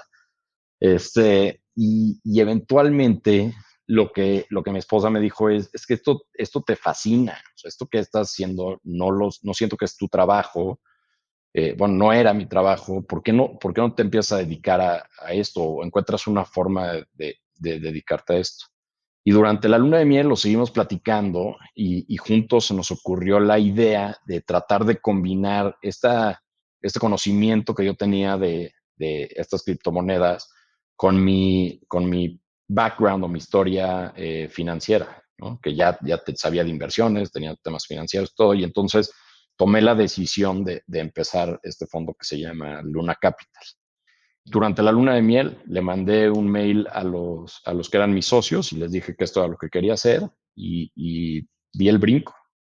Eh, También para redondear un poquito con lo que hemos platicado, me di cuenta de que esto no lo podía hacer solo, ¿no? Entonces, invité a participar al proyecto a las dos personas siempre me introdujeron al tema tecnológico, ¿no? La primera es mi hermano, que creo que era o sea, fue para mí lo interesante de este proyecto de Luna es que estoy como cerrando el círculo de esa introducción a las computadoras con lo que empezó mi hermano, a tener la oportunidad de trabajar con él, que es una persona que me ha influenciado mucho de manera muy importante, sobre todo en temas tecnológicos. Obviamente es muy enriquecedor para mí. Y la otra persona que se involucró es Daniel, mi socio, que fue el que por primera vez me introdujo a Bitcoin. Entonces, así fue como di el brinco. Oye, Alan, pero pues decides armar un fondo que por naturaleza maneja dinero de terceros, comprando en un mercado que estaba en o por llegar al pico. Ujú. Y de ahí la casa de cartas se derrumba. Sí, ¿Cómo viviste tú eso? Porque habías dejado todo, habías decidido perseguir tu pasión y después todo lo que creías sí, aparentemente dejó de existir. sí. Fue un momento muy difícil. Eh, Cuando todas estas monedas empiezan a subir de precio de manera muy importante en 2017, yo lo que sentía es, entendí un cambio tecnológico revolucionario en una etapa muy temprana, ¿no? Y eso me hacía sentir como muy especial, ¿no? O sea, o sea, a lo mejor no soy tan tonto como pensaba, o sea, ¿no? Y entonces pude identificar este movimiento y eso me hizo también ayudarme al dar el brinco de lanzar algo tan diferente, ¿no? Que muy poca gente, o no sé si nadie, pero muy poca gente al menos lo estaba viendo en México e inclusive en el mundo, ¿no? Entonces, tomé esta decisión de hacerlo de tiempo completo y lancé el fondo en diciembre de 2017. En diciembre de 2017, Bitcoin toca $20,000 y ese es su punto más alto histórico. Y de ahí empezamos una caída hasta alrededor de 3,500 dólares en un año, ¿no? Entonces, literalmente empecé el fondo en el peor momento en el que lo pudo haber empezado. O sea, sería muy difícil pensar en otro peor momento.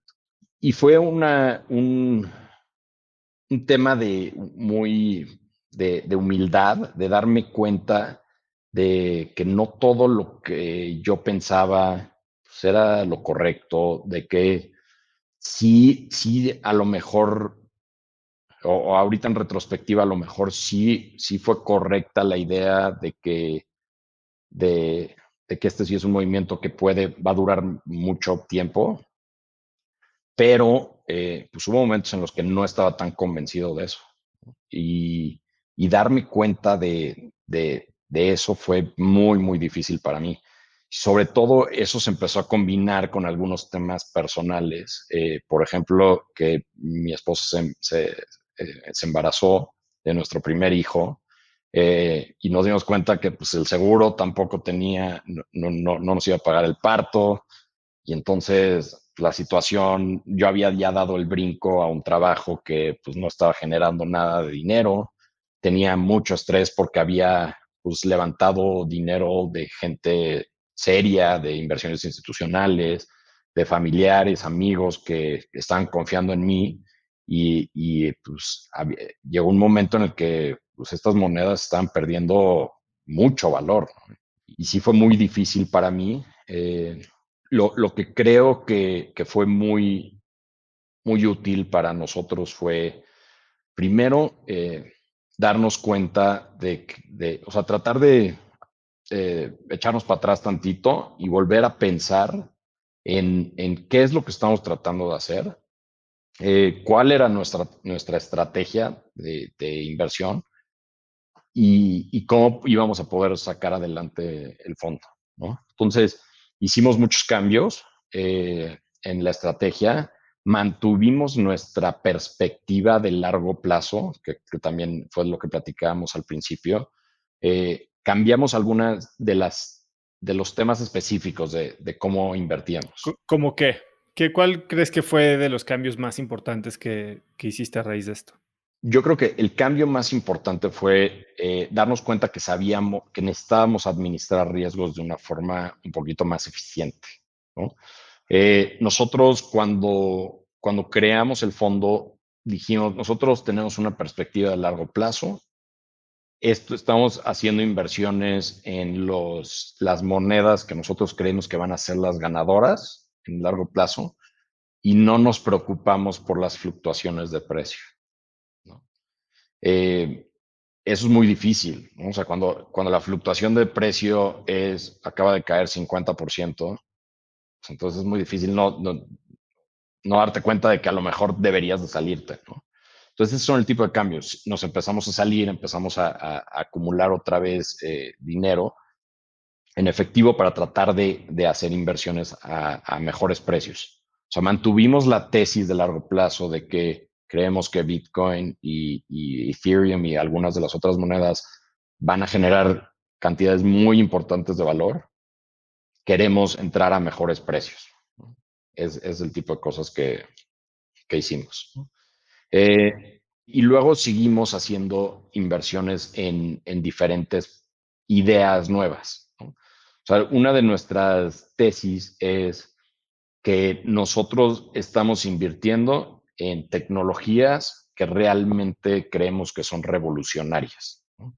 Entonces, hay proyectos que creemos que tienen ciertas cosas en particular, puede ser, normalmente es la tecnología, o el producto y servicio también en otras ocasiones, pero realmente cuando creemos que algo puede ser revolucionario, hacemos inversiones, ¿no? Y a diferencia, creo, de la mayoría de los fondos de la industria, nuestras inversiones o nuestras participaciones en esos proyectos han sido más concentradas, ¿no? O sea, nosotros sí tratamos de tener una filosofía un poquito más tipo Warren Buffett, eh, que no tengas muchísimos huevos, sino que ten poquitos, pero vigílalos muy bien. Esa es más o menos la filosofía que tuvimos. Entonces, eh, identificamos algunos proyectos que creíamos que podían generar muchísimo valor entonces hicimos inversiones importantes, o sea, me refiero con un porcentaje alto del portafolio en esas inversiones. Y esas son el tipo de cosas que nos han sacado adelante. Ahora, pero también eso incrementa un poco el riesgo, sobre todo si no sabes distinguir entre ambición y fundamento. Correcto. Porque, digo, algo que yo vi y nos tocó vivir juntos fueron muchos de estos proyectos nuevos, ideas innovadoras, con grandes vendedores a la cabeza, Ujú. que resultaron no ser real, ¿no? O no entregar el valor que habían prometido. ¿Cómo? Digo, supongo que has aprendido de este tipo de Muchísimo. situaciones. Cuéntame un poco, ¿cuál crees que ha sido el descalabro o el aprendizaje más caro que has pagado? Probablemente fue una inversión que hicimos en un proyecto que lo que trataba era de darle servicios financieros a millones de personas, ¿no? Y, y realmente lo único que tenían era una aplicación. Fue de la primera o segunda inversión que hicimos en el proyecto, en el fondo, perdón. Creo que hubo dos errores que hicimos. La primera es que estábamos influenciados como tú dices, por la gente que estaba involucrada en el proyecto. Eso creo que fue un error y hemos aprendido de manera muy importante que eso no hace la diferencia, ¿no? Y la segunda es que no entendíamos bien qué era lo que estaban haciendo. O sea, y la tecnología no era revolucionaria. O sea, simplemente era un proyecto en el que estábamos entrando a una evaluación que en relación a todo lo demás que estaba pasando en cripto era muy barata, pero eso no quitaba que el producto pues, no hacía nada, ¿no? O sea, no Sí, era comprar medio barato aire, algo muy malo, pues no sigue sirve de siendo una nada. mala inversión. Exacto. Y entonces hicimos una inversión que nos salió muy caro, invertir en eso, el proyecto prácticamente se fue a cero, y entonces pues, eso nos hizo darnos cuenta de que nuestro proceso no era el correcto. Hoy en día creo que hemos aprendido mucho. Hoy en día también nos hemos sofisticado de manera muy importante. Todos los proyectos en los que invertimos, probamos la tecnología que están utilizando, que están creando. Para eso tenemos a gente como mi hermano que pues, conoce bien este tipo de cosas, y nos hemos involucrado activamente en los proyectos. Por ejemplo, hay proyectos en los que probamos la tecnología antes de entrar, o sea, corremos nodos, leemos el código, reportamos errores en el código, toda una serie de cosas y luego ya invertimos, ¿no? Entonces, nuestro proceso ha cambiado, creo que somos mucho más sofisticados y, y pues eso nos ha logrado sacar de ese hoyo en el que sí nos metimos en algún momento. Me acabas de decir que cuando en 2017 todo empieza a subir, sentiste esta ola de satisfacción, de autovalidación, de que habías tenido la intuición correcta. Ujú. Hoy, 3, 4 años después, ¿qué rol juega la intuición en la manera en que tomas decisiones? Yo creo que sí sigue teniendo un impacto. O sea, creo que sí lo considero una ventaja competitiva, el tratar de identificar estos movimientos antes de que se completen, ¿no? O sea, o antes de que se materialicen. Entonces, sí le asignamos un valor a tratar de identificar este tipo de cosas, pero cada vez menos, ¿no? Y de hecho, creo que parte de la estrategia del fondo es tratar de quitar un poquito ese factor humano, ¿no? Pero sí creo que tiene una ventaja competitiva porque esa, y creo que en parte es un poquito asimetría de información, ¿no? O sea, nosotros estamos todo el día, literalmente todo el día en esto, o sea, siempre estamos leyendo, siempre estamos enterándonos de cosas nuevas y esa simetría de información creo que sí nos da una ventaja competitiva. Entonces, en la medida en la que hemos absorbido tantos proyectos, tantas ideas y hemos visto lo que funciona y lo que no funciona, creo que sí hemos sabido filtrar cuáles son los proyectos que pueden tener ese hit rate o ese eh, nivel de éxito un poquito más alto, ¿no? O probabilidad de éxito más alta. Entonces, sí tiene un impacto.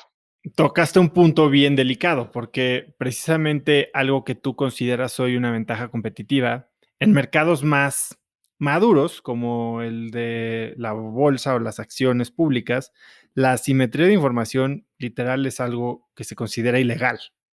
Ujú, Entonces, ¿tú cómo piensas de eso, no? Porque claramente tener información interna, tal vez, que es a lo que tal vez puedes llamar asimetría de información, te da esta ventaja competitiva, y al mismo tiempo hemos visto cómo gente que maneja esta información interna manipula, aprovechando bajos volúmenes de transacción, o baja liquidez, mueve los precios de un mercado tan grande que al tener posiciones tan concentradas, asimetría de información y después termina barriendo con el último en entrar, ¿no? ujú. No, con asimetría de información no me refiero a información confidencial privilegiada. Me refiero a que tenemos información de dónde están moviendo, o sea, cuál es la tendencia del mercado, ¿no? O sea, por ejemplo, identificar esta tendencia de las finanzas descentralizadas en una etapa anterior a que el resto del mercado se empieza a dar cuenta de que realmente tiene valor.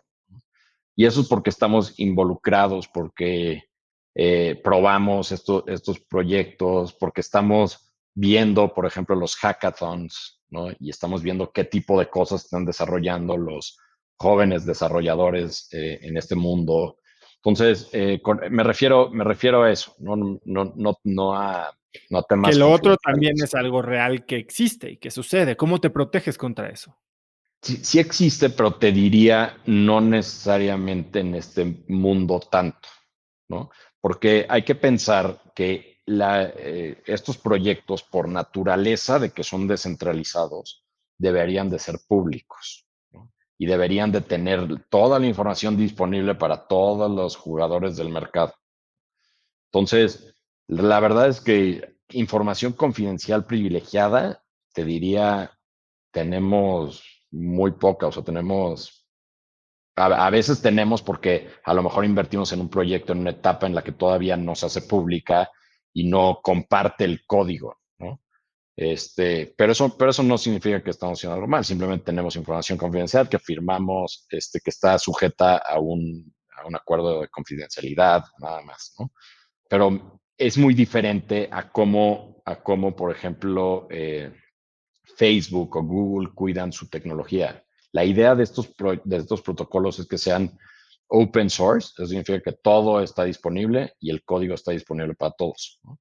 Entonces, asimetría de información, por ejemplo, me puedo referir a que nosotros ya auditamos el código y encontramos que hay un error en el código. Entonces podríamos tomar alguna acción, pero eso todo el mundo lo tiene ese código disponible, ¿no? O, por ejemplo, estar enterado de que viene un upgrade del software de alguno de los protocolos, ¿no? Sí, estamos hablando de asimetría de información que tú generas a través de tu enfoque y de tu trabajo, y no Ujú. asimetría de información sistemática. Sí, ni sistemática ni de información confidencial. Correcto. Ahora, para alguien, porque tú, y eso es algo que me pasó a mí, en 2017, pues me subí con todos y me pasó lo mismo que a ti en tu luna de miel y bueno, cripto no duerme, ¿no? Estás tradeando 24 horas y a mí me empezó a comer la ansiedad y me metí al baño a hacer trades y después se movía en cada segundo y era un estrés interminable y al final como no pude estar yo ahí pegado, pues me terminó no yendo tan bien porque tal vez estaba yo usando una estrategia de day trading que no era con un objetivo de largo plazo. Ujú, Ahora, para alguien que tiene inquietud y que ujú, pudieras tú darle los 2 o 3 tips de cómo entrar de una manera responsable hoy, después de todo lo que tú y yo vimos los últimos 3 años, ¿qué les ujú. dirías? Lo ¿Cómo lo primero que haces? le- lo primero que les diría es educación. Es lo más importante. O sea, tienes que saber en lo que te estás metiendo, ¿no? Muchas veces hacemos inversiones sin realmente pensar en lo que estamos haciendo y creo que es un error porque ganarnos el dinero nos cuesta mucho trabajo, nos cuesta mucho tiempo, hacemos muchos sacrificios, ¿no? Familiares y de muchas naturalezas. Eh, entonces, hay que entender en lo que estamos entrando, ¿no? Entonces, hay que leer mucho y enterarse de lo que está pasando en este mundo. Luego, el segundo punto es que no hay que invertir una cantidad muy alta de nuestro patrimonio. Eh, Esta tecnología, a pesar de que sigue creciendo y está cambiando de manera muy rápida, es una tecnología muy nueva. ¿Y se puede ir a cero? Sí, sí se puede ir a cero. Y no quieres estar en la posición en la que pierdes el 40, 50% de tu dinero o el 30% porque solo pusiste demasiado en riesgo. No, no, no vale la pena. Eh, entonces, en ese punto, lo que recomiendo es algo entre 1 y 5%. Y el tercer punto es, no tomes una decisión de la noche a la mañana. Si decides meter el 5%, hazlo de manera, divide la cantidad de dinero en, no sé, 52 semanas y todas las semanas mete un 52. Y así de esa forma vas un poquito quitándote de la volatilidad y vas promediando tu precio de entrada. Entonces, no importa si sube o baja, tú estás comprando. Y creo que y eso te puede generar un muy buen promedio. Que ese es un principio de inversión muy básico, dollar cost averaging, ¿no? Que Ujú. para toda la gente que ha invertido en acciones también se les recomienda. Ahora, en un mercado en el que se está moviendo tanto, tal vez lo que dices es, no, yo necesito meter todo ahorita porque si no se me va. Este concepto de, bueno, si estuvo en 3,500 y ahorita está en 10,000, pues entonces ya voy demasiado tarde. Cuando Sí, te oigo a ti decir, pues tú entraste a 20, ¿no? sí, Y te estás ¿no? dedicando a esto. Exacto. Ahora, para alguien de a pie, ¿cuáles son los básicos que necesita para empezar a tradear? ¿Es una cuenta en dónde? ¿En Bits o Coinbase? ¿Qué apps para seguir? ¿Qué sitios para informarse? ¿Qué personas, qué cuentas de Twitter seguir? Yo creo que la forma más fácil para todos nosotros como mexicanos es abrir una cuenta en Bitso, en bitso.com. Ahí pasas por el proceso de KYC, ¿no? En el que te piden información para que te puedan identificar y que no estés usando la plataforma para fines ilícitos. Y aparte te puedes conectar con el sistema financiero mexicano, entonces a través de un SPAY puedes depositar dinero. Eh, yo creo que es la mejor, más fácil de poner un pie adentro a través de Bitso. Y luego en Twitter hay muchas cuentas que constantemente están buscando compartir información de estos proyectos. Una forma muy sencilla, para no meternos mucho a este tema, una persona que se llama Kyle Samani, que maneja un fondo que se llama Multicoin. Esta persona creó unas listas de Twitter en las que él a su vez sigue a otras personas importantes en cripto. Entonces, yo lo que haría es pasar por él para seguir las listas que este cuate tiene. Hay una que se llama Crypto VIP y entonces puedes ahí seguir a gente que sabe mucho del tema. Y lo último es, hay que leer y tratar de aprender, empezar por estos libros, leer el white paper de Bitcoin y probablemente no lo entiendas a la primera, pero vas a ir poco a poco entendiendo y en la medida en la que vayas entendiendo más, te vas a ir adentrando más y vas a empezar a escuchar otras ideas, ¿no? Y por último, lo que me gustaría mencionar es, hay un podcast y que también tiene un newsletter que se llama Bankless, que habla de este movimiento de las finanzas descentralizadas y que justamente es eso, Bankless. ¿Cómo lo hacemos para no necesitar un banco? Y creo que ahí se pueden aprender muchas cosas. Te mandan guías de cómo probar estos protocolos. O sea, cómo le metes una lanita y vas probando este tipo de cosas, cómo sacas un crédito y cómo lo repagas y este tipo de cosas. Está divertido. Ahora, Alan, para ti, ¿qué pintas? Y mucha gente me estuvo preguntando y le pregunté a la gente que escucha Cracks qué querían saber de cripto. Y obviamente quieren la bola de cristal, ¿no? ¿Qué dice tu bola de cristal para los próximos 12 meses? ¿Qué dice en términos de qué De moneda? mercado, ¿a dónde van? Y si quieres centrarte en Bitcoin, Ethereum, ¿dónde estás viendo tú que se va a mover esto? Digo, todavía está ahí alguien que parece que tiene algo que comerse si no llega a $1,000,000, ¿no? Correcto. Y para los que no sepan, ahí búsquenle. ¿Quién Eh, se va a comer qué si Bitcoin no llega a $1,000,000? Correcto. Mira, yo estoy muy positivo. Yo creo que ya lo peor ya lo pasamos. Creo que va a venir una ola muy similar a las anteriores. O sea, si ves una gráfica del precio de Bitcoin crea burbujas, se crean burbujas y luego esas burbujas truenan, ¿no? Esas burbujas se creó la última en 2016, 2017, y a finales de 2017 tronó. Yo creo que vamos a pasar por otro de esos procesos. Yo creo que estamos empezando el principio de la burbuja. La burbuja va a subir de manera muy importante y exponencial, y luego esa burbuja va a tronar.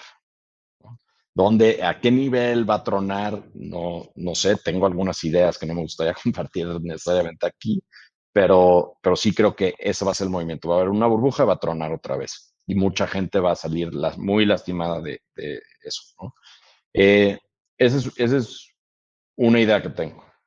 Ahora, yo creo que Bitcoin es una de las innovaciones más importantes en nuestra historia y, y me parece un sistema increíblemente elegante, cómo funciona, es maravilloso.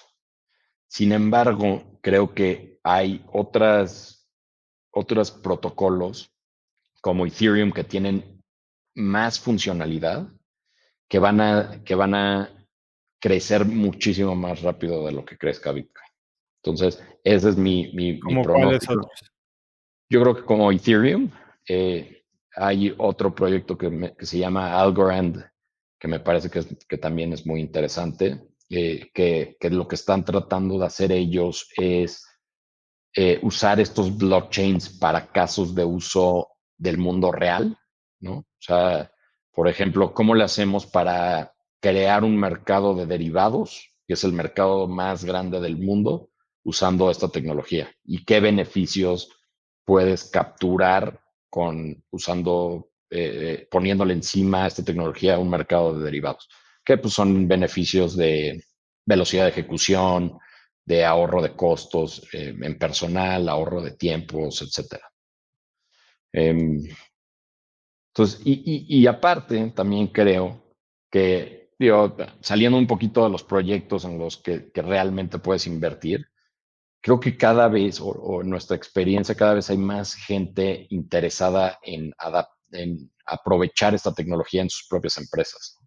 Entonces, nosotros estamos, ahorita que menciono lo de los derivados, me acordé que estamos trabajando con una compañía pública que quiere implementar la tecnología en sus sistemas, porque quiere ahorrar costos y cree que puede bajar su costo de capital y cree que puede tener más transparencia con sus clientes y una serie de cosas que creo que es muy interesante. Entonces yo creo que cada vez va a haber más adopción de esta tecnología y justo este tipo de proyectos que van a ser blockchains privados, o sea, estos blockchains no puedes usarlos, yo creo que se van a empezar a conectar a los blockchains públicos como Bitcoin, Ethereum, etcétera, y vamos a crear una especie de nuevo Internet.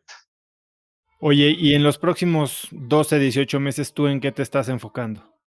Tenemos varias iniciativas. Le lanzamos Luna Capital, que es un fondo institucional para inversionistas institucionales, y estamos tratando de hacer otro tipo de fondos, otro tipo de vehículos en los que podamos darle acceso a más gente, ¿no?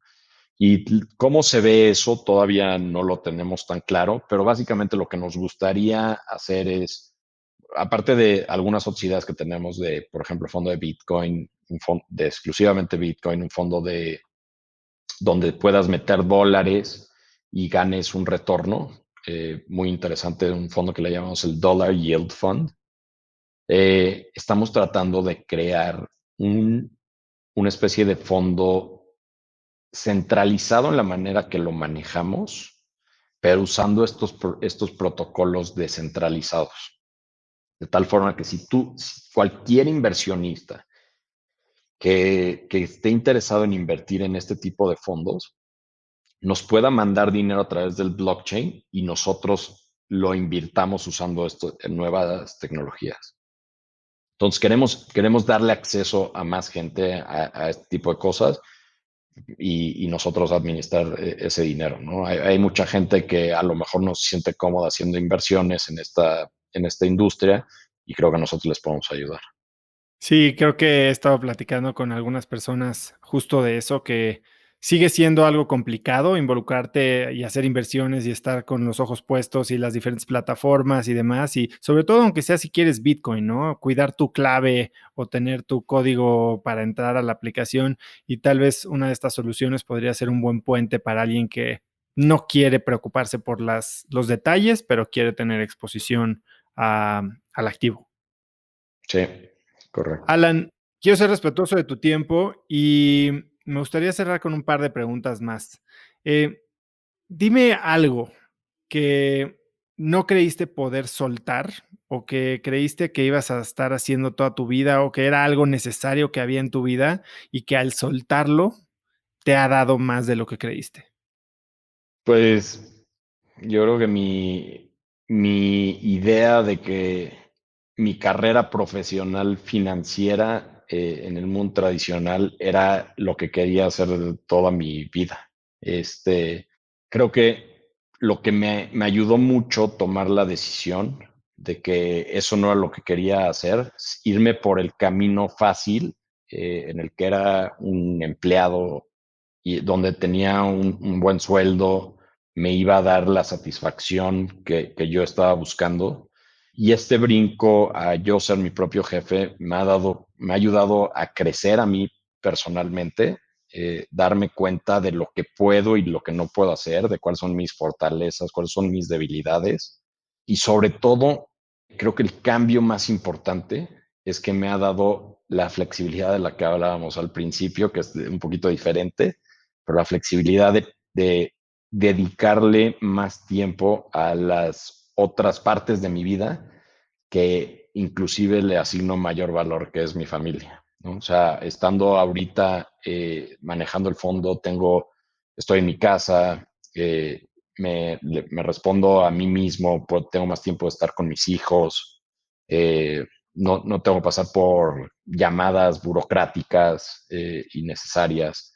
Entonces, he tenido la oportunidad de dedicarle más tiempo a mis hijos. Inclusive antes de la pandemia, pues podía regresar temprano a mi casa, eh, pasar tiempo con mi familia, irme de viaje con mi esposa, etcétera, ¿no? Entonces yo creo que ese es el cambio más importante y sí realmente creo que ha hecho una diferencia muy importante en mi vida. Alan, también veo que te preocupas por tu salud y veo que traes ahí el Whoop Band. Ajá. A ver, Fíjate, cuéntame un poquito, ¿cómo te acabo de está yendo comprar mi con Whoop. eso? Porque yo Eh, estoy entre si el Aura Ring o el Whoop, o a ver, cuéntame un poquito de eso. Mira, yo te diría que soy, déjame ponerlo diferente. Hay mucha gente que habla en podcasts y habla de cómo pues, todas las cosas que hacen, todos los hábitos buenos y impresionantes que tienen, y cómo son unas grandes personas. Y yo la verdad es que me considero que soy una persona bastante normal. O sea, yo no tengo nada especial, no soy ningún genio, soy una persona que lo único que he hecho es trabajar muy fuerte en las cosas que quiero y eso creo que me ha traído algunos éxitos profesionales, ¿no? Pero soy una persona muy normal, no tengo esos grandes hábitos ni esas grandes cosas. Y de hecho tengo muy malos hábitos. Nada más que justo lo que me he dado cuenta en los últimos años es, pues necesito cambiar mis hábitos porque pues justo tengo otras prioridades y quiero pasar más tiempo con mi familia y poder disfrutar todo el tiempo que pueda con mis hijos y verlos crecer y todo ese tipo de cosas. Entonces la verdad es que es una compra, este Whoop es una compra nueva. Tenía desde 2017 que hice ejercicio para mi boda, no había hecho ejercicio en realidad y entonces estoy empezando ese nuevo hábito y ¿El hábito que quieres meter es ejercicio principalmente? sí. Entonces estoy haciendo un poquito de ejercicio. Te diría que esta semana es cuando empecé. Acabo de recibir mi Whoop. Entonces, soy cualquier mortal y digo, me ha parecido bien. Lo que me gusta de esto es que voy a ir viendo cómo voy mejorando si es que sigo haciendo ejercicio y creo que aparte me va a obligar a hacer ejercicio, pero no ¿En soy una qué persona. métrica te estás enfocando más? En el HRV. HRV. HRV. Entonces, pero vamos a ver, o sea, tampoco soy experto en fitness y pues solo quiero ir aprendiendo y creo que esto me va a ayudar mucho. Creo que está bueno también para medir el sueño. Para los que no sepan qué es el Whoop Ajá. Band, es una bandita, no es un Apple Watch porque no tiene pantalla, pero parece que tiene muchas más capacidades de rastreo de métricas eh, variabilidad de ritmo cardíaco, pulso, temperatura, nivel de oxígeno en la sangre, etcétera. Y tiene, bueno, no es un gadget barato, porque aparte tiene No. una suscripción mensual, ¿no? Que es la que te da Ujú, acceso a todo tu data con el app. ujú. Pero bueno, yo he oído muy buenas cosas de gente que se preocupa por esto. Yo estoy viendo, si quiero algo que me ayude más a medir el sueño, no sé si eso o si comprarme el anillo el Aura, que también Ajá. parece que tiene muy buenas métricas de HRV, que es también la métrica que quiero rastrear más fácil y que el Apple Watch no me ha convencido cómo me lo rastrea, pero ya me contarás cómo te va. Órale. Alan, si pudieras escribir un mensaje en el cielo para que millones de personas lo vieran, ¿qué diría? Buy Bitcoin. Así de plano. De plano. Yo creo que sí, porque creo que va más, o sea, a mí lo que me interesa de esto es que la gente aprenda y pueda cambiar y abrirse y tenga esa flexibilidad de ideas. Y creo que un movimiento en el que estamos hablando de dinero puede realmente hacer un cambio fundamental en la sociedad, ¿no? Y a lo mejor eh, cerrar esa brecha tan importante que existe hoy del top 1%, ¿no? Con el resto de la gente. ¿Dónde pueden seguirte, contactarte? ¿Dónde eres más activo, Alan? En Twitter soy medio activo, @Alan Cassis, Alan con doble L, Cassis con doble S intermedia. Y estoy abierto a que me manden mensajes, que me manden correos también, bienvenidos en hi@lunacapital.com, Luna con B chica. Y pues a través de ti también, bienvenidos. Buenísimo, Alan. La verdad es que ha sido una plática muy profunda. Creo que hiciste una muy buena labor de aterrizar conceptos que pueden ser muy complicados y yo comparto contigo que lo importante es que la gente entienda para que, uno, sepa medir sus riesgos y dos, se le abra el mundo a algo que tal vez quiera probar, experimentar y que puede ser muy bueno a nivel financiero y a nivel personal para mucha gente. Muchísimas gracias. Eres un crack y estoy seguro que vas a lograr cosas muy padres con Luna y, bueno, con toda esta iniciativa de democratizar todavía más el acceso a estos servicios en Latinoamérica. Muchísimas gracias, Alan. Gracias por recibirnos. Un abrazo. Un abrazo. Este tema de cripto me parece sumamente interesante y es bueno tener a cracks como Alan a la mano para explicárnoslo. Si te gustó este episodio, por favor compártelo con alguien usando el link cracks.la/086. También sigue Cracks Podcast en Spotify o suscríbete en iTunes y si es ahí, califícanos con 5 estrellas para que más gente nos pueda encontrar. Mencióname en Instagram o Twitter con la lección que más te llevas como @osotrava y comenta a Alan en Twitter como @AlanCassis, doble L y doble S intermedia. Puedes encontrar links a todo lo que Alan y yo hablamos hoy en cracks.la/086. Y eso es todo por hoy. Yo soy Osotrava y espero que tengas una semana de cracks. Este episodio es presentado por Platzi. Pareciera que lo único que necesitaba el sistema educativo para evolucionar era una pandemia. Y si bien yo conozco a los fundadores de Platzi desde hace muchos años, nunca me había metido a usar su plataforma. Hace unas semanas, en preparación para justo este episodio, me puse a aprender más sobre criptomonedas y activos digitales, y una de las cosas que hice fue tomar uno de los cursos que encontré en Platzi. Platzi es una plataforma online de aprendizaje con más de 600 cursos en español impartidos por expertos en temas que van desde criptomonedas y comercio electrónico hasta emprendimiento y programación. Ya sea que seas un emprendedor o que estés buscando crecer o cambiar de trabajo, Platzi tiene un curso que seguramente puede ayudarte a lograrlo.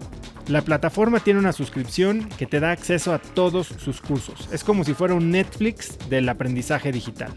Platzi ya tiene más de 1 millón de estudiantes en todo Hispanoamérica y si eres seguidor de Cracks Podcast puedes convertirte en uno más de ellos recibiendo un mes adicional a tu suscripción yendo al link platzi.com/cracks. Platzi se escribe con Z.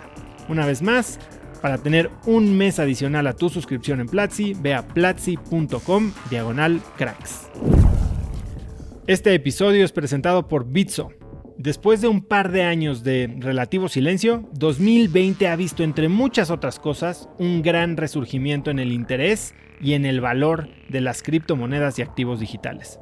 Yo he estado involucrado a mayor o menor medida con el tema desde 2017 y una de las aplicaciones que me ha permitido formar parte de la historia que se está escribiendo es Bitso. Bitso es una app para comprar, vender y usar criptomonedas con total seguridad y la facilidad que muy pocas plataformas ofrecen, que según yo es una de las razones que más ha mantenido a mucha gente lejos de esta industria. Con el app de Bitso solo tienes que depositar a tu cuenta por medio de una transferencia electrónica, como lo haces para pagar la luz o cualquier otro servicio, y comprar la criptomoneda que más te gusta. Lo que más me gusta de Bitso a mí es que al ser una empresa mexicana 100% regulada, puedes retirar tu dinero a tu cuenta de banco en el momento que quieras con la misma facilidad con la que la enviaste. Bitso lleva más de 6 años en operación en el mercado y tiene más de 1 millón de usuarios. Si quieres empezar a invertir en criptomonedas, lo único que tienes que hacer es bajar el app de Bitso en iOS o Android o visitar su sitio en bitso.com.